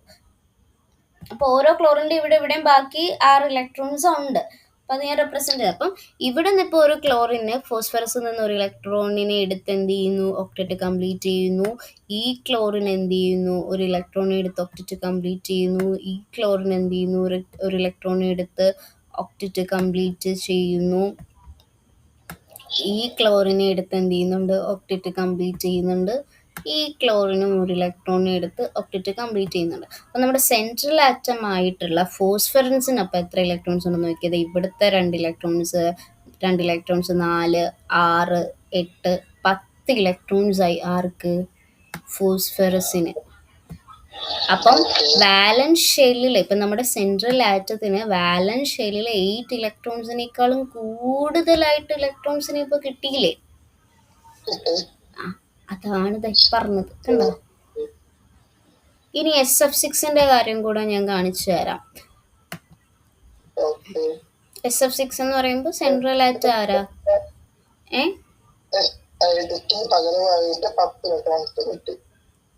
കിട്ടി. സെൻട്രൽ ആറ്റത്തിന് 10 ഇലക്ട്രോൺസ് കിട്ടി. ഒക്ടറ്റ് കഴിഞ്ഞിട്ടും പോയില്ലേ?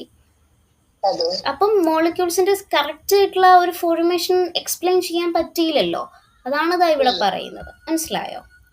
ഓൾറെഡി നമ്മൾ പഠിച്ചതനുസരിച്ച് എന്താ, വാലൻസ് ഷെല്ലില് വാലൻസ് ബോണ്ട് തിയറിയാ പഠിക്കുന്നത്. അപ്പൊ വാലൻസ് ഷെല്ലിൽ 8 ഇലക്ട്രോൺസ് ആയാൽ ഒക്ടറ്റ് കംപ്ലീറ്റ് ആയി എന്ന് പറഞ്ഞു. പക്ഷെ സെൻട്രൽ ആറ്റത്തിന് 8 ഇലക്ട്രോൺസിനേക്കാളും കൂടുതൽ ഇലക്ട്രോൺസിനെ കിട്ടിയ കേസാണ് ഇപ്പൊ ഇവിടെ എക്സെപ്ഷണൽ കേസിൽ നമ്മൾ പഠിച്ചത്.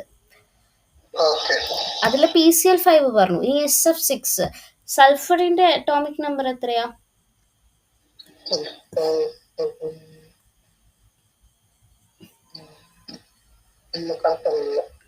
16 ആണ്. 16.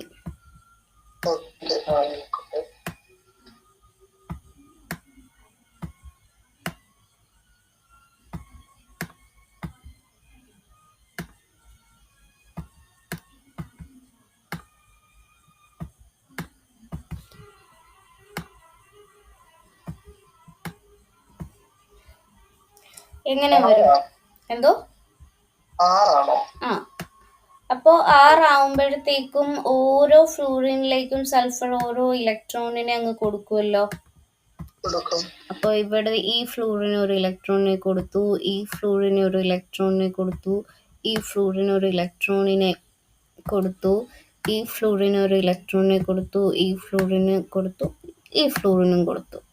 അപ്പോൾ ലാപ്പ് ആയതുകൊണ്ട് എനിക്ക് പ്രോപ്പറായിട്ട് വരയ്ക്കാൻ കുറച്ച് ലിമിറ്റേഷൻ ഉണ്ട്. മനസ്സിലാവുന്നുണ്ടല്ലോ അല്ലേ?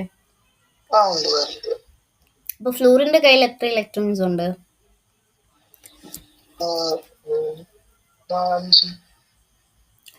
വാലൻസ് ഷെല്ലിൽ എത്ര ഇലക്ട്രോൺസ് ഉണ്ട് ഫ്ലൂറിന്?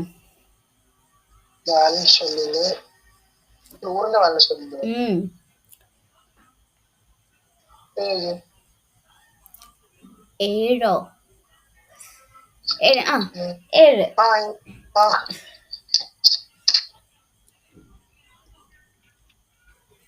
ഒരാളെ മതിയല്ലോ പിന്നെ ഫ്ലൂറിന്, അല്ലേ? മതി. അപ്പോൾ ഓരോ ഫ്ലൂറിന്റെ വാലൻസ് ഷെല്ലിൽ ഒരാളെ അങ്ങ് കൊടുത്ത് സൾഫറിന്റെ ഒരു ഇലക്ട്രോണിനെ അങ്ങ് എന്ത് ചെയ്യും, ഫ്ലൂറിൻ മേടിച്ച് അവരുടെ ഒക്ടറ്റ് കംപ്ലീറ്റ് ചെയ്യും. നേരത്തെ ക്ലോറിൻ ചെയ്ത പോലെ തന്നെ. അങ്ങനെ ഓരോരുത്തരും അവരുടെ ഒക്ടറ്റ് കംപ്ലീറ്റ് ചെയ്യും.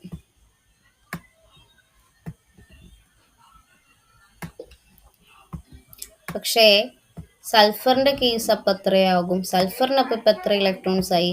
ഫ്ലൂറിന്റെ 6 ഇലക്ട്രോൺസുമായി സൾഫറിനുള്ള 6 ഇലക്ട്രോൺസുമായി. അപ്പൊ ടോട്ടൽ എത്രയായി? 12. അതാണ് 12 ഇവിടെ കൊടുത്തത്. കണ്ടോ? 8 ഇലക്ട്രോൺസിനേക്കാളും കൂടുതലായില്ലേ? അതുപോലെ തന്നെയാണ് IF7ന്റെ കേസും അയഡിൻ ഫ്ലോറൈഡിന്റെ കേസും. ക്ലിയർ ആയോ ആ പോയിന്റ് എന്താണെന്ന്?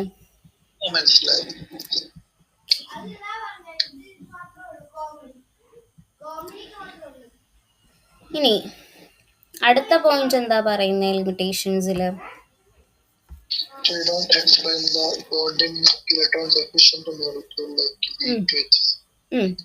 എന്ന് വെച്ചാൽ എന്താ? ഇലക്ട്രോൺ ഇല്ലാത്ത molecule ബോണ്ട് എനർജി, അതായത് ബോണ്ട് എനർജിയും ബോണ്ട് ലെങ്ത്തും എക്സ്പ്ലെയിൻ ചെയ്യാനായിട്ട് കഴിഞ്ഞിട്ടില്ല. ഒരേ മോളിക്യൂളില് ബോണ്ട് ലെങ്ത്തുകളും ബോണ്ട് എനർജികളും എന്തുകൊണ്ട് ഒരേപോലെ ആണെന്ന് ആരും വ്യക്തമാക്കിയിട്ടില്ല. വാലൻസ് ബോണ്ട് തിയറി വ്യക്തമാക്കിയിട്ടില്ല.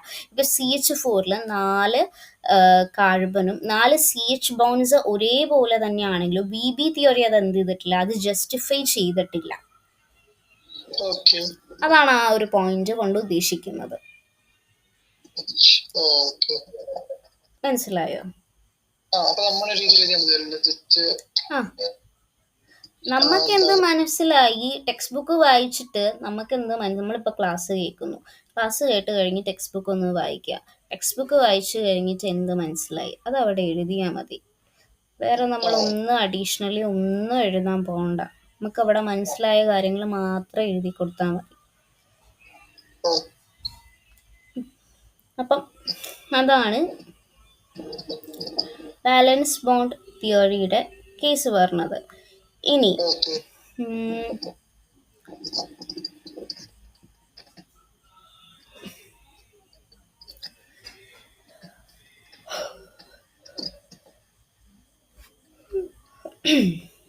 ബോറടിക്കുന്നുണ്ടോ?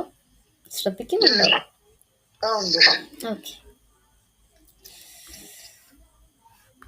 ഒരുപാട് നേരം ഇങ്ങനെ കണ്ടിന്യൂസ് ക്ലാസ് വരുമ്പോൾ എന്തെങ്കിലും ബുദ്ധിമുട്ടുണ്ടെങ്കിൽ പറയണേ.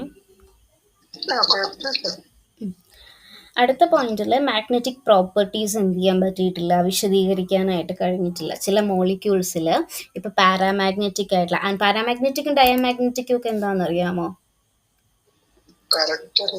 പാരാമാഗ്നറ്റിക് എന്ന് പറഞ്ഞാൽ അൺപെയർഡ് ഇലക്ട്രോൺസ് വരുന്നുണ്ടെങ്കിൽ, ചില മോളിക്യൂൾസിൽ ഇപ്പം അൺപെയർഡ് ആയിട്ടുള്ള ഇലക്ട്രോൺസ് വന്നിട്ടുണ്ടെങ്കിൽ അതാണെന്ത്, പാരാമാഗ്നറ്റിക്.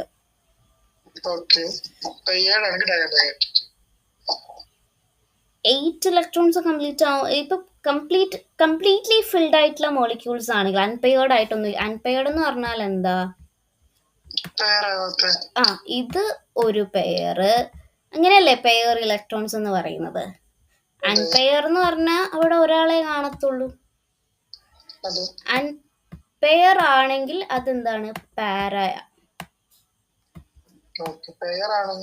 ഡയ. മനസ്സിലായോ? പെയർ ആണെങ്കിൽ ഡയ.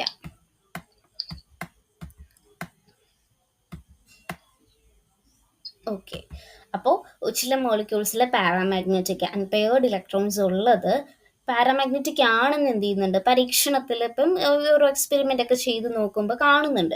ഇപ്പം ഓക്സിജൻ മോളിക്യൂള് പാരാമാഗ്നറ്റിക് ആണ്. ഓക്സിജൻ മോളിക്യൂള് അല്ലേ, ഓക്സിജൻ മോളിക്യൂള് പാരാമാഗ്നറ്റിക് ആണ്. പക്ഷേ VBT പ്രകാരം ഓക്സിജൻ ഡയാമാഗ്നറ്റിക് ആകണം, എല്ലാ ഇലക്ട്രോൺസും പെയർഡ് ആകണം അല്ലേ. അതിനാൽ VB തിയറി എന്ത് ചെയ്യുന്നുണ്ട്, തെറ്റായ ഒരു പ്രഡിക്ഷൻ ആണ് ചെയ്യുന്നത്. അപ്പം അതൊക്കെ മോളിക്കുലർ ഓർബിറ്റൽ തിയറി വന്നിട്ടാണ് അതൊക്കെ വിശദീകരിച്ചിട്ടുള്ളത്, ക്ലിയർ ആയിട്ട് നമുക്ക് പറഞ്ഞു തന്നിട്ടുള്ളത് അതിനെക്കുറിച്ചൊക്കെ. കണ്ടോ, അതാണ് according to VB theory oxygen molecule must be diamagnetic അല്ലേ. കാരണം ഓക്സിജൻ എന്ന് പറയുന്ന O2 മോളിക്യൂൾ എന്ന് പറഞ്ഞാൽ ഷെയറിങ് ചെയ്ത് കഴിയുമ്പോഴത്തേക്ക് ഓക്സിജൻ മോളിക്യൂൾ ഒരു ഡയാമാഗ്നറ്റിക് പെയർഡ് ആയിട്ടുള്ള ഇലക്ട്രോൺസാ അല്ലേ. 8 ഇലക്ട്രോൺസ് ഇല്ലേ, diamagnetic, but it is paramagnetic due to the presence of unpaired electrons. Unpaired electrons വരുന്നത് കൊണ്ട് അതെന്തായി മാറി, പാരാമാഗ്നറ്റിക് ആയിട്ട് മാറി.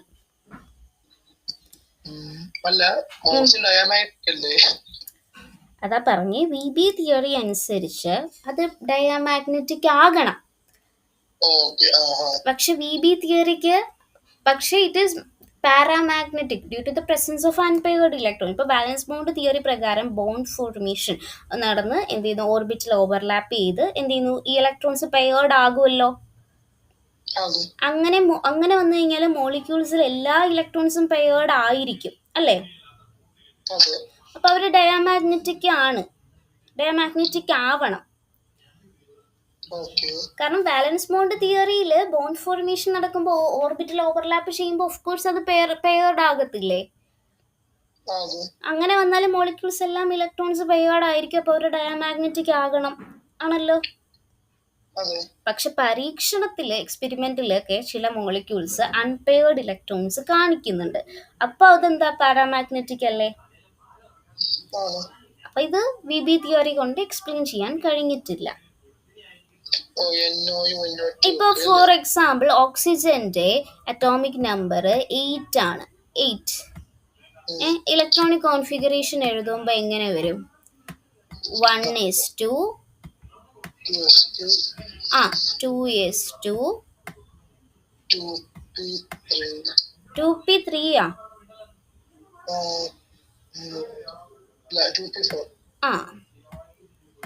2p4 ഇതാണല്ലോ ഇലക്ട്രോണിക് കോൺഫിഗറേഷൻ. അപ്പൊ ഓക്സിജൻ മോളിക്യൂള് ഓരോ ഓക്സിജനും 2 ഇലക്ട്രോൺസ് ഷെയർ ചെയ്യും അല്ലേ? എല്ലാം അപ്പൊ പെയർഡ് ആയിരിക്കുമല്ലോ. ഇപ്പൊ പ്രെഡിക്റ്റ് ചെയ്യുന്ന ഷേപ്പ് എന്താ? പെയർഡ് ആയതുകൊണ്ട് തന്നെ. അപ്പം പെയർഡ് ആകുമ്പോ പ്രെഡിക്റ്റ് ചെയ്യുന്ന ഷേപ്പ് ഏതാ?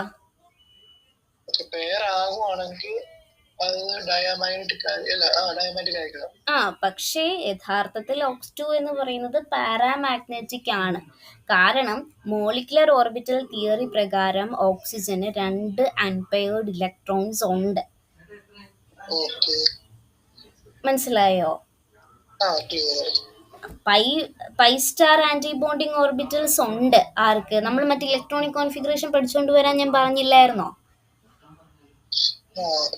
അപ്പോ അതില് വരുമ്പോ എങ്ങനെയാ എഴുതുക?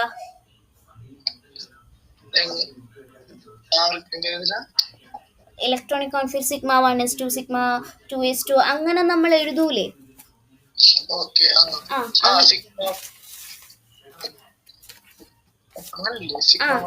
സിഗ്മ 1s2 സിഗ്മ 2s2 അപ്പൊ അങ്ങനെ എഴുതുന്നത് എങ്ങനെയാ? കേൾക്കുന്നുണ്ടോ അശ്വിൻ? എനിക്ക് ക്ലിയർ ആയിട്ട് അശ്വിന്റെ വോയിസ് കിട്ടുന്നില്ല.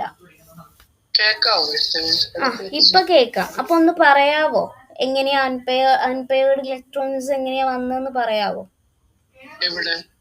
എന്താ ഇലക്ട്രോണിക് കോൺഫിഗറേഷൻ എന്താ?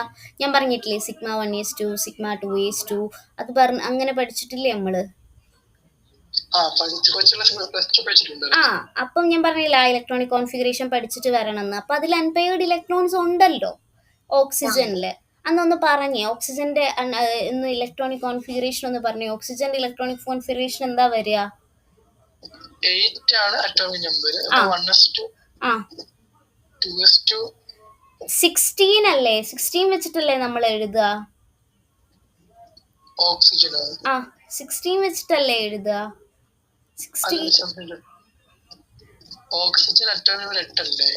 അറ്റോമിക് നമ്പർ 8 ആണ്. പക്ഷെ നമ്മള് sigma 1s2 sigma 2s2 sigma star 1s2 sigma 2s2 sigma star 2s2 sigma 2pz2 sigma pi x2 square is equal to pi 2 y2 sigma star 2px1 is equal to pi star 2py1 ഇങ്ങനെയല്ലേ വരുന്നത്. നമ്മള് ബോണ്ടിങ്ങിൽ ഏർപ്പെടുന്ന ഇലക്ട്രോൺസിനെയും non ബോണ്ടിങ്ങിലുള്ള ഇലക്ട്രോൺസിനെയൊക്കെ separate ചെയ്തൊക്കെ എഴുതൂലേ? പഠിച്ചിട്ടില്ലേ? അയ്യോ അങ്ങനെ പറയല്ലേ. അപ്പൊ ഞാൻ ഒന്നേന്നേ തുടങ്ങേണ്ടി വരുമല്ലോ. അറിയില്ല അത്. കേട്ടിട്ടുണ്ട് പക്ഷെ എനിക്ക് ഡീറ്റെയിൽ പഠിക്കാനില്ലായിരുന്നു. ഡിവിഷൻ ആയിരുന്നു. ആണോ? ഞാൻ സാധാരണ 1s2 2s2 പഠിച്ചത്. 1s2 sigma 1s2 sigma star 1s2 അങ്ങനെ പഠിച്ചിട്ടില്ല. അത് കേട്ടിട്ടുണ്ട് പക്ഷെ നമുക്ക് ഡിവിഷൻ ആയിരുന്നു ടോപ്പിക്ക് കെമിക്കൽ ബോണ്ടിങ്ങില്. നിങ്ങൾ ഫോക്കസ് ഏരിയ വെച്ച് പഠിച്ചതാണോ? Focus area ബാച്ചായിരുന്നു. അപ്പൊ ഇങ്ങനൊന്നും അറിയില്ല. 1s2 2s2 2px1 2py1 അത് തന്നെ അതേ ഉള്ളൂ. ഇന്നിങ്ങനെ പറഞ്ഞാ മതി, ഇതുപോലെ പറഞ്ഞാ മതി.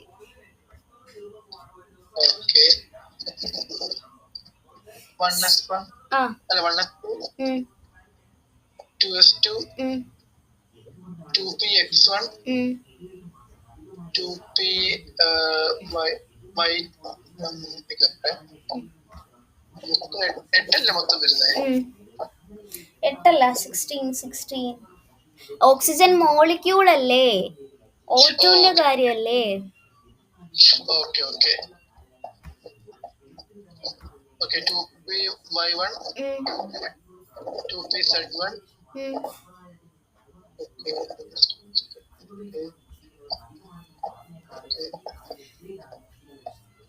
ബാക്കി 3x2. 3x2 ഇങ്ങനെയാണോ പഠിച്ചിട്ടുള്ളത്? ഈ രീതിയിലാണോ പഠിച്ചിട്ടുള്ളത്? എങ്ങനെ? അതായത് ഈ രീതിയിലാണോ ഇലക്ട്രോണിക് കോൺഫിഗറേഷൻ പഠിച്ചിട്ടുള്ളത്? 1s2, 2s2, 3p1 എന്നൊക്കെ പറഞ്ഞാണോ പഠിച്ചിട്ടുള്ളത്? 3p1 അല്ല, 1s2, 2s2, 2p അങ്ങനെ സാധാരണ കോൺഫിഗറേഷൻ ഇല്ലേ, അതാ പഠിച്ചേക്കുന്നത്. സിഗ്മ പഠിച്ചിട്ടില്ല. അങ്ങനെ ഉണ്ടായിരുന്നു, പക്ഷെ ഡിലീഷൻ ആയിരുന്നു ആ ടോപ്പിക്ക്. അപ്പൊ അങ്ങനെ വരുമ്പോ ഓക്സിജൻ മോളിക്യൂളിന് അൺപെയർഡ് ആയിട്ടുള്ള ഇലക്ട്രോൺസ് ഉണ്ട്. അപ്പൊ ഞാനത് ഹൈബ്രിഡൈസേഷൻ വരുമ്പോൾ ഇലക്ട്രോൺസ് ഒക്കെ ഇങ്ങനെ ഫിൽ ആവൂലേ? അപ്പൊ ഞാൻ കാണിച്ചു തരാം എങ്ങനെയാ അൺപെയർഡ് ഇലക്ട്രോൺസ് വന്നേന്നുള്ളത്. ഞാനത് പഠിപ്പിക്കുമ്പോൾ പറഞ്ഞുതരാം. അപ്പൊ കുറച്ചുകൂടെ മനസ്സിലാകും എങ്ങനെയാ ഇത് വന്നേന്നുള്ളത്. ഇപ്പൊ പറഞ്ഞിട്ടൊന്നും മനസ്സിലായില്ലല്ലോ അല്ലേ?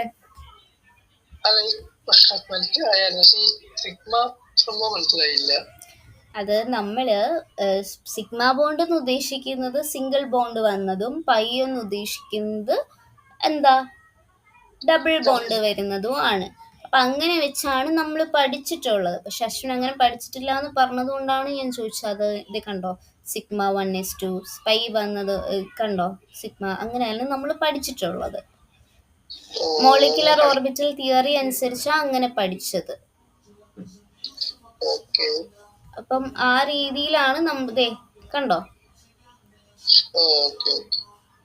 ഈ രീതിയിൽ മോളിക്യൂൾസിനെ നമ്മൾ അറേഞ്ച് ചെയ്യുന്ന സമയത്ത് മോളിക്കുലർ ഓർബിറ്റൽ, അതാ ഞാൻ പറഞ്ഞ മോളിക്കുലർ ഓർബിറ്റൽ തിയറി അനുസരിച്ചിട്ട് എന്താ അൺപെയർഡ് ഇലക്ട്രോൺസ് O2-ന് ഉണ്ട്. അപ്പൊ ഇത് പഠിപ്പിക്കുമ്പോൾ ഞാനത് പറഞ്ഞു തരാം. ഇത് പഠിച്ചിട്ടില്ലേ? ഈ ഇലക്ട്രോണിക് കോൺഫിഗറേഷൻ പഠിച്ചിട്ടില്ലേ? ഇല്ല. അതാ അപ്പൊ ഈ ഇലക്ട്രോണിക് കോൺഫിഗറേഷൻ പഠിക്കുന്ന കാര്യമാണ് ഞാൻ പറഞ്ഞത്. പഠിച്ചിട്ടില്ല അല്ലേ? അപ്പൊ അത് പഠിക്കണം കേട്ടോ, എങ്കിലും നമുക്ക് ഈ ചാപ്റ്റർ കൊണ്ടുപോകാൻ പറ്റുള്ളൂ. ഓക്സിജന്റെ കേസ് ഇവിടെ കാണിക്കുന്നുണ്ട്. കണ്ടോ, അൺപെയർഡ് ഇലക്ട്രോൺസ് കണ്ടോ?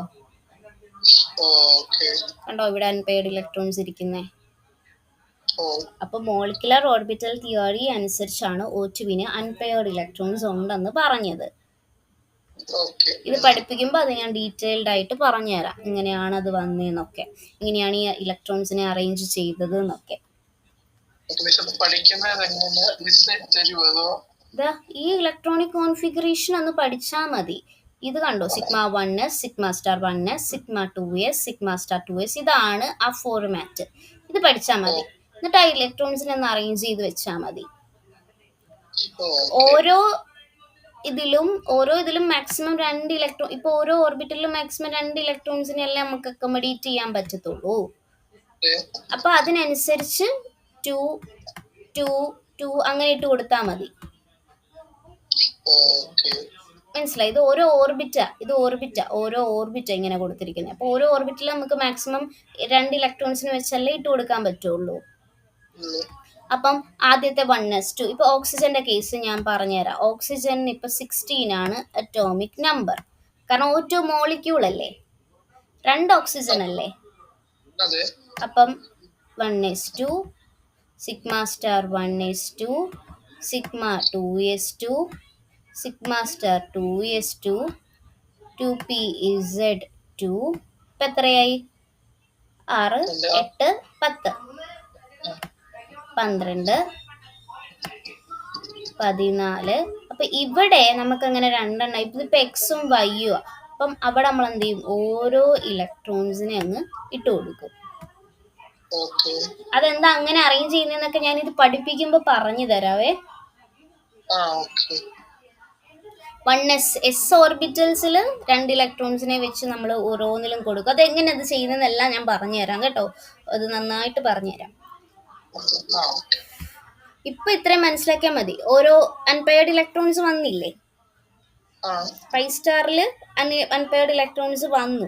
സോ അതുകൊണ്ട് തന്നെ വാലൻസ് ബോണ്ട് തിയറി അനുസരിച്ച് എന്ത് ചെയ്യാൻ പറ്റിയിട്ടില്ല, എക്സ്പ്ലെയിൻ ചെയ്യാൻ പറ്റിയിട്ടില്ല. മനസ്സിലായോ? എന്തെങ്കിലും ക്ലാരിറ്റി കുറവുണ്ടോ?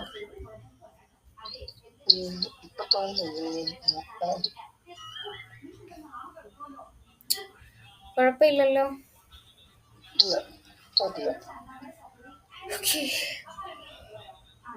അടുത്തത്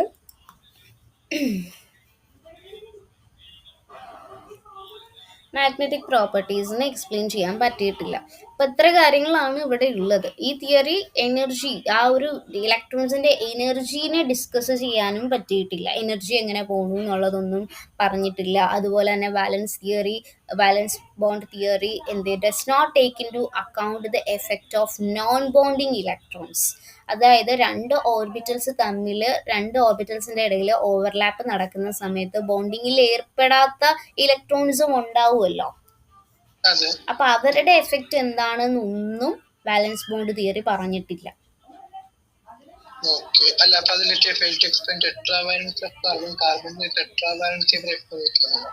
ടെട്രാവാലൻസി എന്ന് പറഞ്ഞാല് കാർബൺ ഇപ്പൊ 4 വാലൻസ് ഇലക്ട്രോൺ.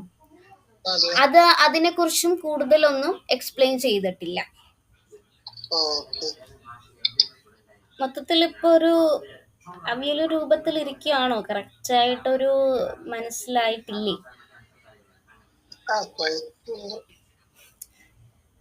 അതെ, എനിക്ക് തോന്നുന്നു മറ്റത് പഠിക്കാത്തോണ്ടായിരിക്കും തോന്നുന്നത്.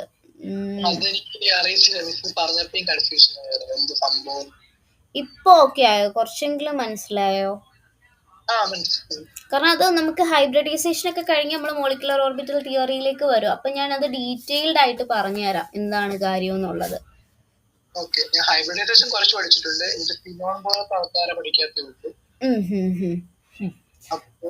ഈ ലിമിറ്റേഷൻസ് പറഞ്ഞതിൽ ഇനി എന്താ ഡൗട്ട് ഒന്ന് പറയാവോ?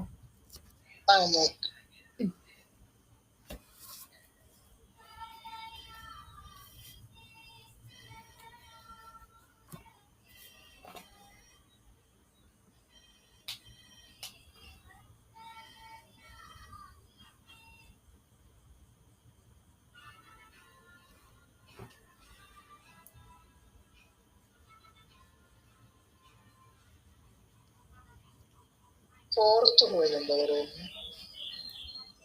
എമൗണ്ട് ഓഫ് എനർജി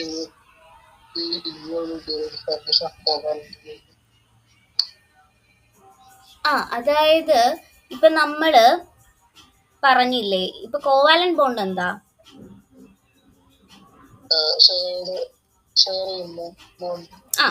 അപ്പം എനർജി, അവിടെ ഒരു എനർജി ഉണ്ടാവുമല്ലോ കോവാലന്റ് ബോണ്ടിൽ. ഇപ്പൊ കോവാലന്റ് ബോണ്ട് ഒക്കെ നമ്മൾ ഇതുവഴിയല്ലേ പറഞ്ഞത്? ഈ ഒരു വാലൻസ് ബോണ്ട് തിയറി അനുസരിച്ചല്ലേ നമ്മൾ ആ കോവാലന്റ് ബോണ്ട് ഒക്കെ ഇങ്ങനെ വന്നു എന്നുള്ളതൊക്കെ നമ്മൾ പഠിക്കുന്നത് അതിലല്ലേ? കോവാലന്റ് ബോണ്ടിന്റെ ഒക്കെ ഒരു ഭാഗത്തിൽ വരുന്നതല്ലേ നമ്മുടെ വാലൻസ് ബോണ്ട് തിയറി.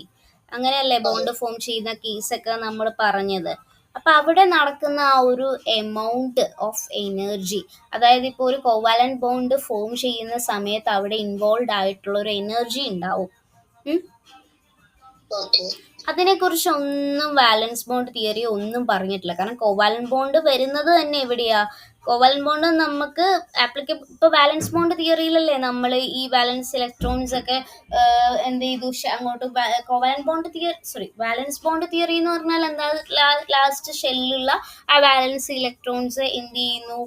ഹാഫ് ഫിൽഡ് ആയിട്ടുള്ള അറ്റോമിക് ഓർബിറ്റൽസ് തമ്മിൽ ഓവർലാപ്പ് ചെയ്ത് ഓപ്പോസിറ്റ്ലി സ്പിൻഡ് ആയിട്ടുള്ള എന്ത് ചെയ്തു? ഇലക്ട്രോൺസ് ഓപ്പോസിറ്റ്ലി സ്പിൻഡ് ആയിട്ട് അവരെ ഓവർലാപ്പ് ചെയ്തതിനെ കുറിച്ചൊക്കെയല്ലേ നമ്മൾ പറഞ്ഞത് വാലൻസ് ബോണ്ട് തിയറിയിൽ. അപ്പൊ ഇവിടുത്തെ ബേസിക് ഐഡിയ എന്ന് വെച്ച് കഴിഞ്ഞാൽ ബോണ്ട് എനർജി എന്ന് പറഞ്ഞ ഒരു സംഭവമുണ്ട്. പണ്ട് നമ്മൾ bond length, bond parameters, bond energy ഒക്കെ കുറിച്ച് പഠിച്ചിട്ടുണ്ടോ അതൊക്കെ? അപ്പൊ അങ്ങനെ ബോണ്ട് എനർജി എന്ന് പറഞ്ഞ ഒരു കാര്യമുണ്ട്. അപ്പൊ ബോണ്ട് എനർജി പ്രിഡിക്റ്റ് ചെയ്യാൻ പറ്റിയിട്ടില്ല ബേസിക്കലി. ബാലൻസ് ബോണ്ട് തിയറി അനുസരിച്ച് ബോണ്ട് എനർജിയുടെ ഒരു കാര്യവും പറഞ്ഞിട്ടില്ല. ഇപ്പൊ ബോണ്ട് എന്താ, ഇപ്പൊ amount of energy required to break 1 mole of bonds, അതായത് ഒരു ബോണ്ട് എനർജി എന്ന് പറഞ്ഞു കഴിഞ്ഞു കഴിഞ്ഞാൽ തന്നെ ഒരു ബോണ്ട് ബ്രേക്ക് ചെയ്യാൻ വേണ്ടിയിട്ട് നമുക്ക് ആവശ്യമായിട്ടുള്ള എനർജിയാണ് ബോണ്ട് എനർജി. രണ്ട് ആറ്റംസിന്റെ ഇടയിൽ, ഇപ്പോൾ ഗേഷ്യസ് സ്റ്റേറ്റിൽ ഇപ്പോൾ രണ്ട് ആറ്റംസ് തമ്മിലുള്ള ബോണ്ട്സ് ബ്രേക്ക് ചെയ്യാൻ 1 mole ആറ്റംസ് എടുത്തിട്ട് അതിന്റെ ബോണ്ട് എനിക്ക് ബ്രേക്ക് ചെയ്യാനുള്ള ഒരു എനർജി എത്രയാണോ അതിനെയാണ് ബോണ്ട് എനർജി എന്ന് പറയുന്നത്. ഇപ്പോൾ ബാലൻസ് ബോണ്ട് തിയറി പറയുന്നത് രണ്ട് ആറ്റംസിന്റെ ഓർബിറ്റൽസ് ഓവർലാപ്പ് ചെയ്ത് ബോണ്ട് ഉണ്ടാവും. പക്ഷെ ബോണ്ട് ഉണ്ടാകുമ്പോൾ എത്ര എനർജി റിലീസ് ചെയ്തെന്നോ അബ്സോർബ് ചെയ്തെന്നോ ഒന്നും വ്യക്തമാക്കുന്നില്ലല്ലോ. ഇപ്പൊ നമ്മൾ ഹൈഡ്രജൻ മോളിക്യൂൾ ഫോർമേഷൻ തന്നെ പറഞ്ഞു. ഹൈഡ്രജൻ ആറ്റത്തിന്റെ കോൺഫിഗറേഷൻ 1s1 ആണ്. രണ്ട് ഹൈഡ്രജൻ ആറ്റംസ് വരുമ്പോൾ ഒരു ഓർബിറ്റൽസ് ഓവർലാപ്പ് ചെയ്ത് ബോണ്ട് ഉണ്ടാക്കുന്നു അല്ലെ. ഇപ്പൊ ബോണ്ട് എനർജി എത്രയാണ് എന്നുള്ളതൊന്നും അവിടെ സ്പെസിഫൈ ചെയ്ത് പോകുന്നില്ല. ശരിക്കും ബോണ്ട് എനർജി അവിടെ വരുന്ന 436 kJ/mol ആണ്. ബോണ്ട് ലെങ്ത് 74 picometer ആണ്. പക്ഷെ VB തിയറി പ്രെഡിക്റ്റ് ചെയ്യുന്നുണ്ടോ അത്? ഇല്ല. VB തിയറി വെറും 1s ഓവർലാപ്പ് ചെയ്ത് ബോണ്ട് ഉണ്ടാകുന്നു എന്ന് മാത്രമേ പറഞ്ഞു പോയിട്ടുള്ളൂ. എനർജി ഒന്നും കാൽക്കുലേഷൻ ഇല്ല അവിടെ. അതാണ് അതൊരു ലിമിറ്റേഷൻ ആയിട്ട് പറഞ്ഞത്. ക്ലിയർ ആണോ? വേറെന്താ ഉള്ളേ? ഒന്നുകൂടെ വായിച്ചു നോക്കിക്കോ.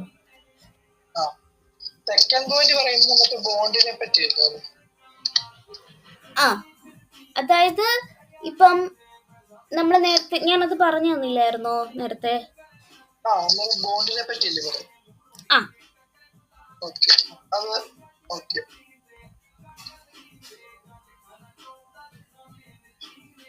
അതായത് VB theory cannot explain identical bond. അതായത് ഇപ്പം ഞാൻ ആദ്യത്തെ പോയിന്റിൽ എന്താ പറഞ്ഞത്, കൂടുതൽ ഇലക്ട്രോൺസ് വന്നിട്ടുള്ള കേസ്, അതായത് നമ്മളുടെ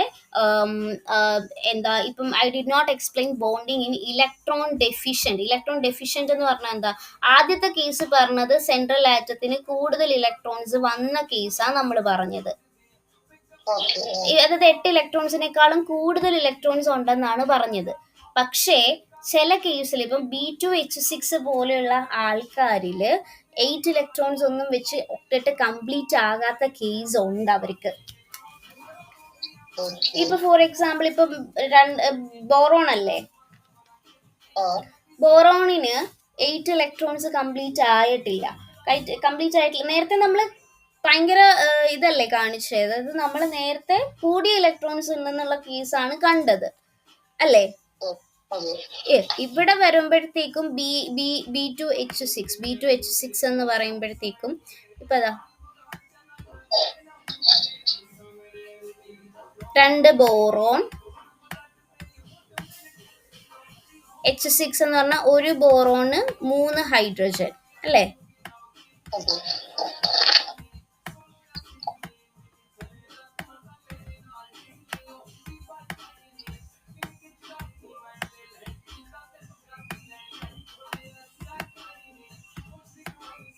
ചോദിച്ചത് നന്നായി, ഞാനത് ശ്രദ്ധിച്ചില്ല. പോയിന്റ് അത്രയ്ക്ക് അങ്ങോട്ട് ഞാൻ എക്സ്പ്ലെയിൻ ചെയ്തില്ലല്ലോ അല്ലേ. വിട്ടുപോയതാ. അപ്പൊ ഇത് കണ്ടോ, ഇവിടെ ഒന്ന് നോക്കിയേ. ഈ ബോറോണ് സെൻട്രൽ ആറ്റത്തിന് എത്ര ഇലക്ട്രോൺസ് വന്നാൽ ഒക്ടറ്റ് കംപ്ലീറ്റ് ആവുക? ഇവിടെ 2, 3, 4, 6 അല്ലേ ഉള്ളൂ. 8 ഇലക്ട്രോൺസ് കംപ്ലീറ്റ് ആയോ? ഈ ബോറോണും 2, 4, 6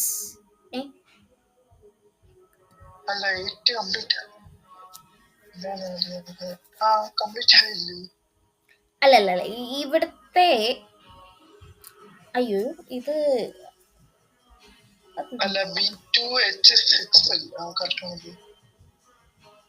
ഒരു മിനിറ്റ് എനിക്ക് തെറ്റിയതോ. അതായത് ടോട്ടൽ വാലൻസ് ഇലക്ട്രോൺ എന്ന് പറയുന്നത് ബോറോണിന് എത്രയാ?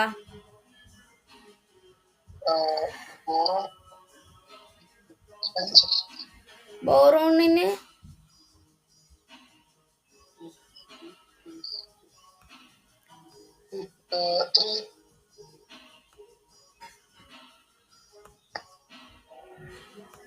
ബോറോണിന് 5 ഇലക്ട്രോൺസ് ആണ് ഉള്ളത്. അപ്പോൾ ഒന്ന് ഇവിടേക്ക് പോയി, ഒന്ന് ഇവിടേക്ക് പോയി, ഒന്ന് ഇവിടേക്ക് പോയി, ഒന്ന് ഇവിടേക്ക് പോയി. അപ്പോൾ 3 ബാലൻസ് ഇലക്ട്രോൺസ് ആരുമായിട്ട് പോയി? ഹൈഡ്രജനുമായിട്ട് പോയി.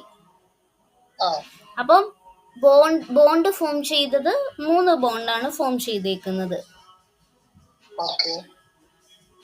ഇവിടെ ടോട്ടൽ എത്ര ബോൺസ് ഉണ്ട്? 8 ബോൺസ് ഇല്ലേ? 8 ബോൺസ് ഇല്ലേ?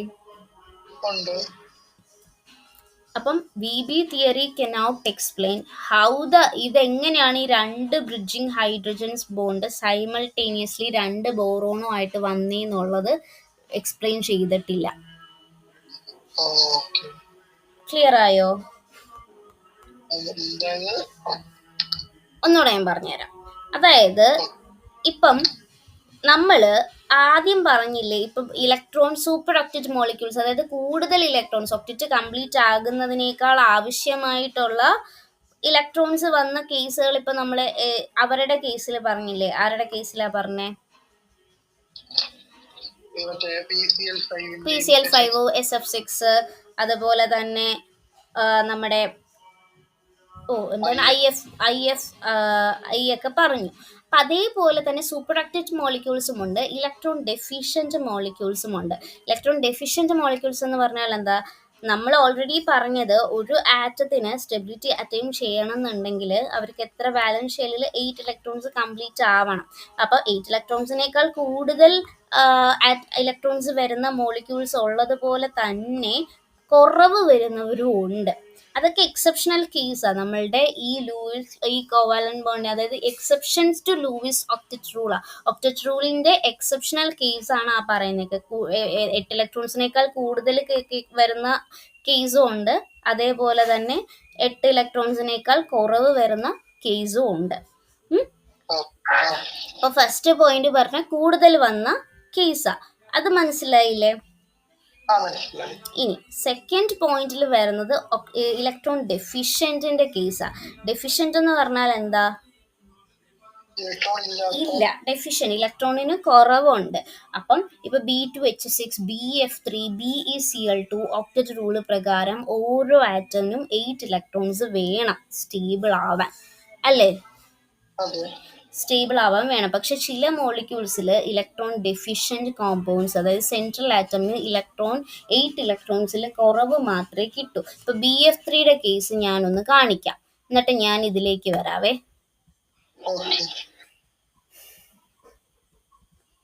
BF3 എന്ന് പറയുന്നത് അറിയാലോ, ഇപ്പം 3 ഫ്ലൂറിൻ വരണം.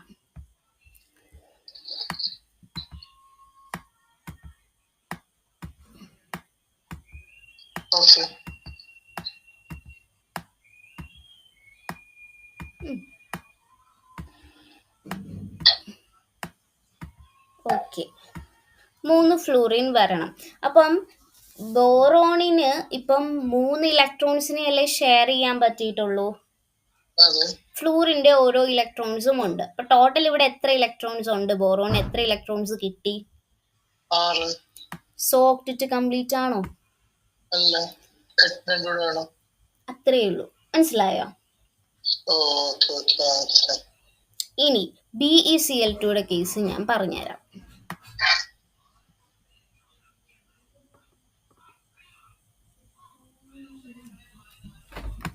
BeCl2. സോ BeCl2 2 ക്ലോറിൻ ഉണ്ട്. ബെർലിയമാണ്. ബെർലിയത്തിന്റെ വാലൻസ് ഷെല്ലിൽ എത്ര ഇലക്ട്രോൺസ് ഉണ്ട്?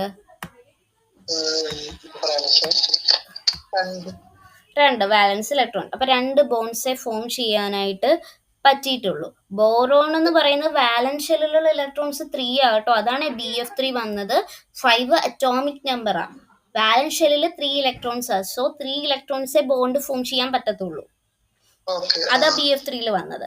പിന്നെ ഇവിടുത്തെ കേസ് എന്ന് പറഞ്ഞാൽ 2 ബോൺസെ ഫോം ചെയ്യാൻ പറ്റത്തുള്ളൂ. അപ്പൊ എത്ര ഇലക്ട്രോൺസ് ബെർലിയത്തിന് കിട്ടി? സെൻട്രൽ ആറ്റത്തിന്. സോ ഒക്റ്ററ്റ് കംപ്ലീറ്റ് ആണോ? മനസ്സിലായോ? മനസ്സിലായി. ഇനി BeH2H6 വരാം. ഓരോ ബോറോണിനും 3 വാലൻസ് ഇലക്ട്രോൺ അല്ലേ ഉള്ളത്? ഇപ്പൊ ഇവിടെ 2 ബോറോൺ,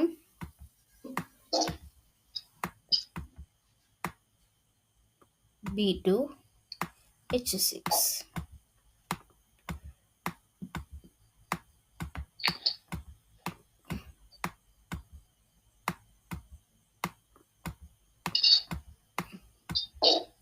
അപ്പം ഓരോ ഇത് തന്നെ സെയിം ഇവിടെ ഞാൻ വരയ്ക്കുന്നില്ല. അപ്പോൾ ഓരോ ബോറോണും 3 വാലൻസ് electron. So simple covalent bond കൊണ്ട് എക്സ്പ്ലെയിൻ ചെയ്യാൻ പറ്റില്ല. ബി പ്രെഡിക്റ്റ് ചെയ്യുന്നത് ഓരോ ബോറോണിനും 3 ബോൺസ് മാത്രമാണ്. ഇവിടെ 3 ബോൺസ് ഉണ്ട്. പക്ഷേ എക്സ്പെരിമെന്റ് സ്ട്രക്ചറിൽ 4 ബോൺസ് ഉണ്ട്. ബോറോൺ ബ്രിഡ്ജിങ് ഹൈഡ്രജൻസ് കാണിക്കും. B2H6 clear ആയില്ലല്ലേ? അപ്പം പക്ഷെ എക്സ്പെരിമെന്റ് സ്ട്രക്ചറിൽ 4 ബോൺസ് അല്ലെങ്കിൽ ബോറോൺ ബ്രിഡ്ജിങ് ഹൈഡ്രജൻസ് ഉണ്ട്. അപ്പോൾ ഇതിലൂടെ കാണുന്നത് electron deficient molecules VB theory കൊണ്ട് എക്സ്പ്ലെയിൻ ചെയ്യാനാകില്ല. കാരണം VB തിയറി ഫെയിൽ ചെയ്യുന്നത്, VB തിയറി അസ്യൂം ചെയ്യുന്നത് കോവാലന്റ് ബോണ്ടിന് 2 ആറ്റംസ് 2 ഇലക്ട്രോൺ, അപ്പം 2 ബോണ്ട് ഫോം ചെയ്യുന്നു എന്നുള്ളതാണ്. അപ്പം പക്ഷെ ഇലക്ട്രോൺ ഡെഫിഷ്യന്റ് മോളിക്യൂൾസിൽ 3 ആറ്റംസ് ഷെയർ ചെയ്യുന്നത് എത്രയാ? 2 ഇലക്ട്രോൺസിനെയാ, അല്ലേ? അപ്പോൾ ഈ type bonding VB theory account ചെയ്യാത്തതിനാൽ സ്ട്രക്ചേഴ്സ് എക്സ്പ്ലെയിൻ ചെയ്യാനാകുന്നില്ല. അപ്പൊ ഇതൊക്കെ മോളിക്കുലർ ഓർബിറ്റൽ തിയറി അല്ലെങ്കിൽ സ്പെഷ്യൽ കോൺസെപ്റ്റ്സ് വെച്ചിട്ടൊക്കെയാണ് എക്സ്പ്ലെയിൻ ചെയ്യുന്നത്. ക്ലിയർ അല്ലെന്ന് തോന്നുന്നല്ലേ?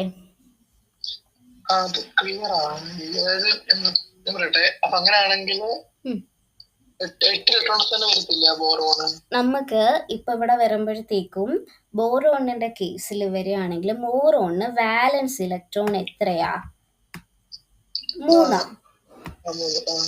3 അപ്പൊ 3 ബോണ്ട് ഹൈഡ്രജനുമായിട്ട് ഫോം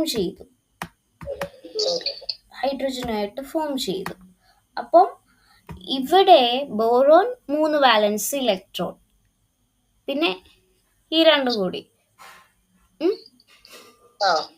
അപ്പൊ ടോട്ടല് 6 ആയില്ലേ?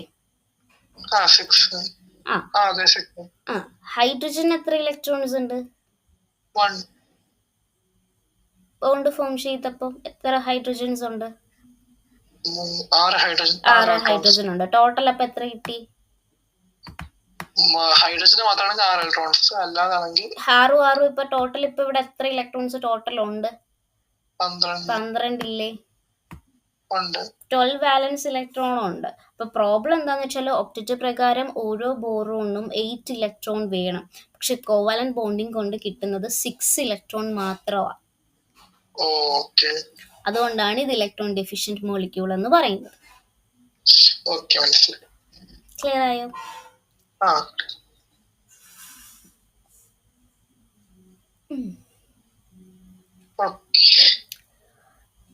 ഓക്കെ ആണെന്ന് വിചാരിക്കുന്നു. ക്ലിയർ ആണോ?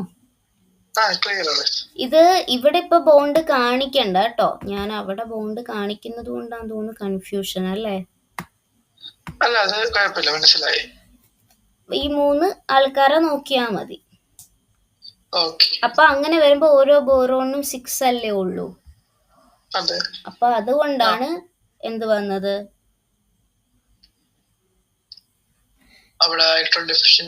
വന്നത്. ക്ലിയർ ആയോ? ഇനി വേറെ എന്തെങ്കിലും ഉണ്ടോ? ഒന്നുകൂടെ നോക്കിക്കോ. ഇനി ഇതുപോലെ എന്തെങ്കിലും മിസ്സായി പോയെങ്കിലോ മൊത്തത്തിലൊന്ന് വായിച്ചോ, ഡൗട്ട് വരരുതല്ലോ.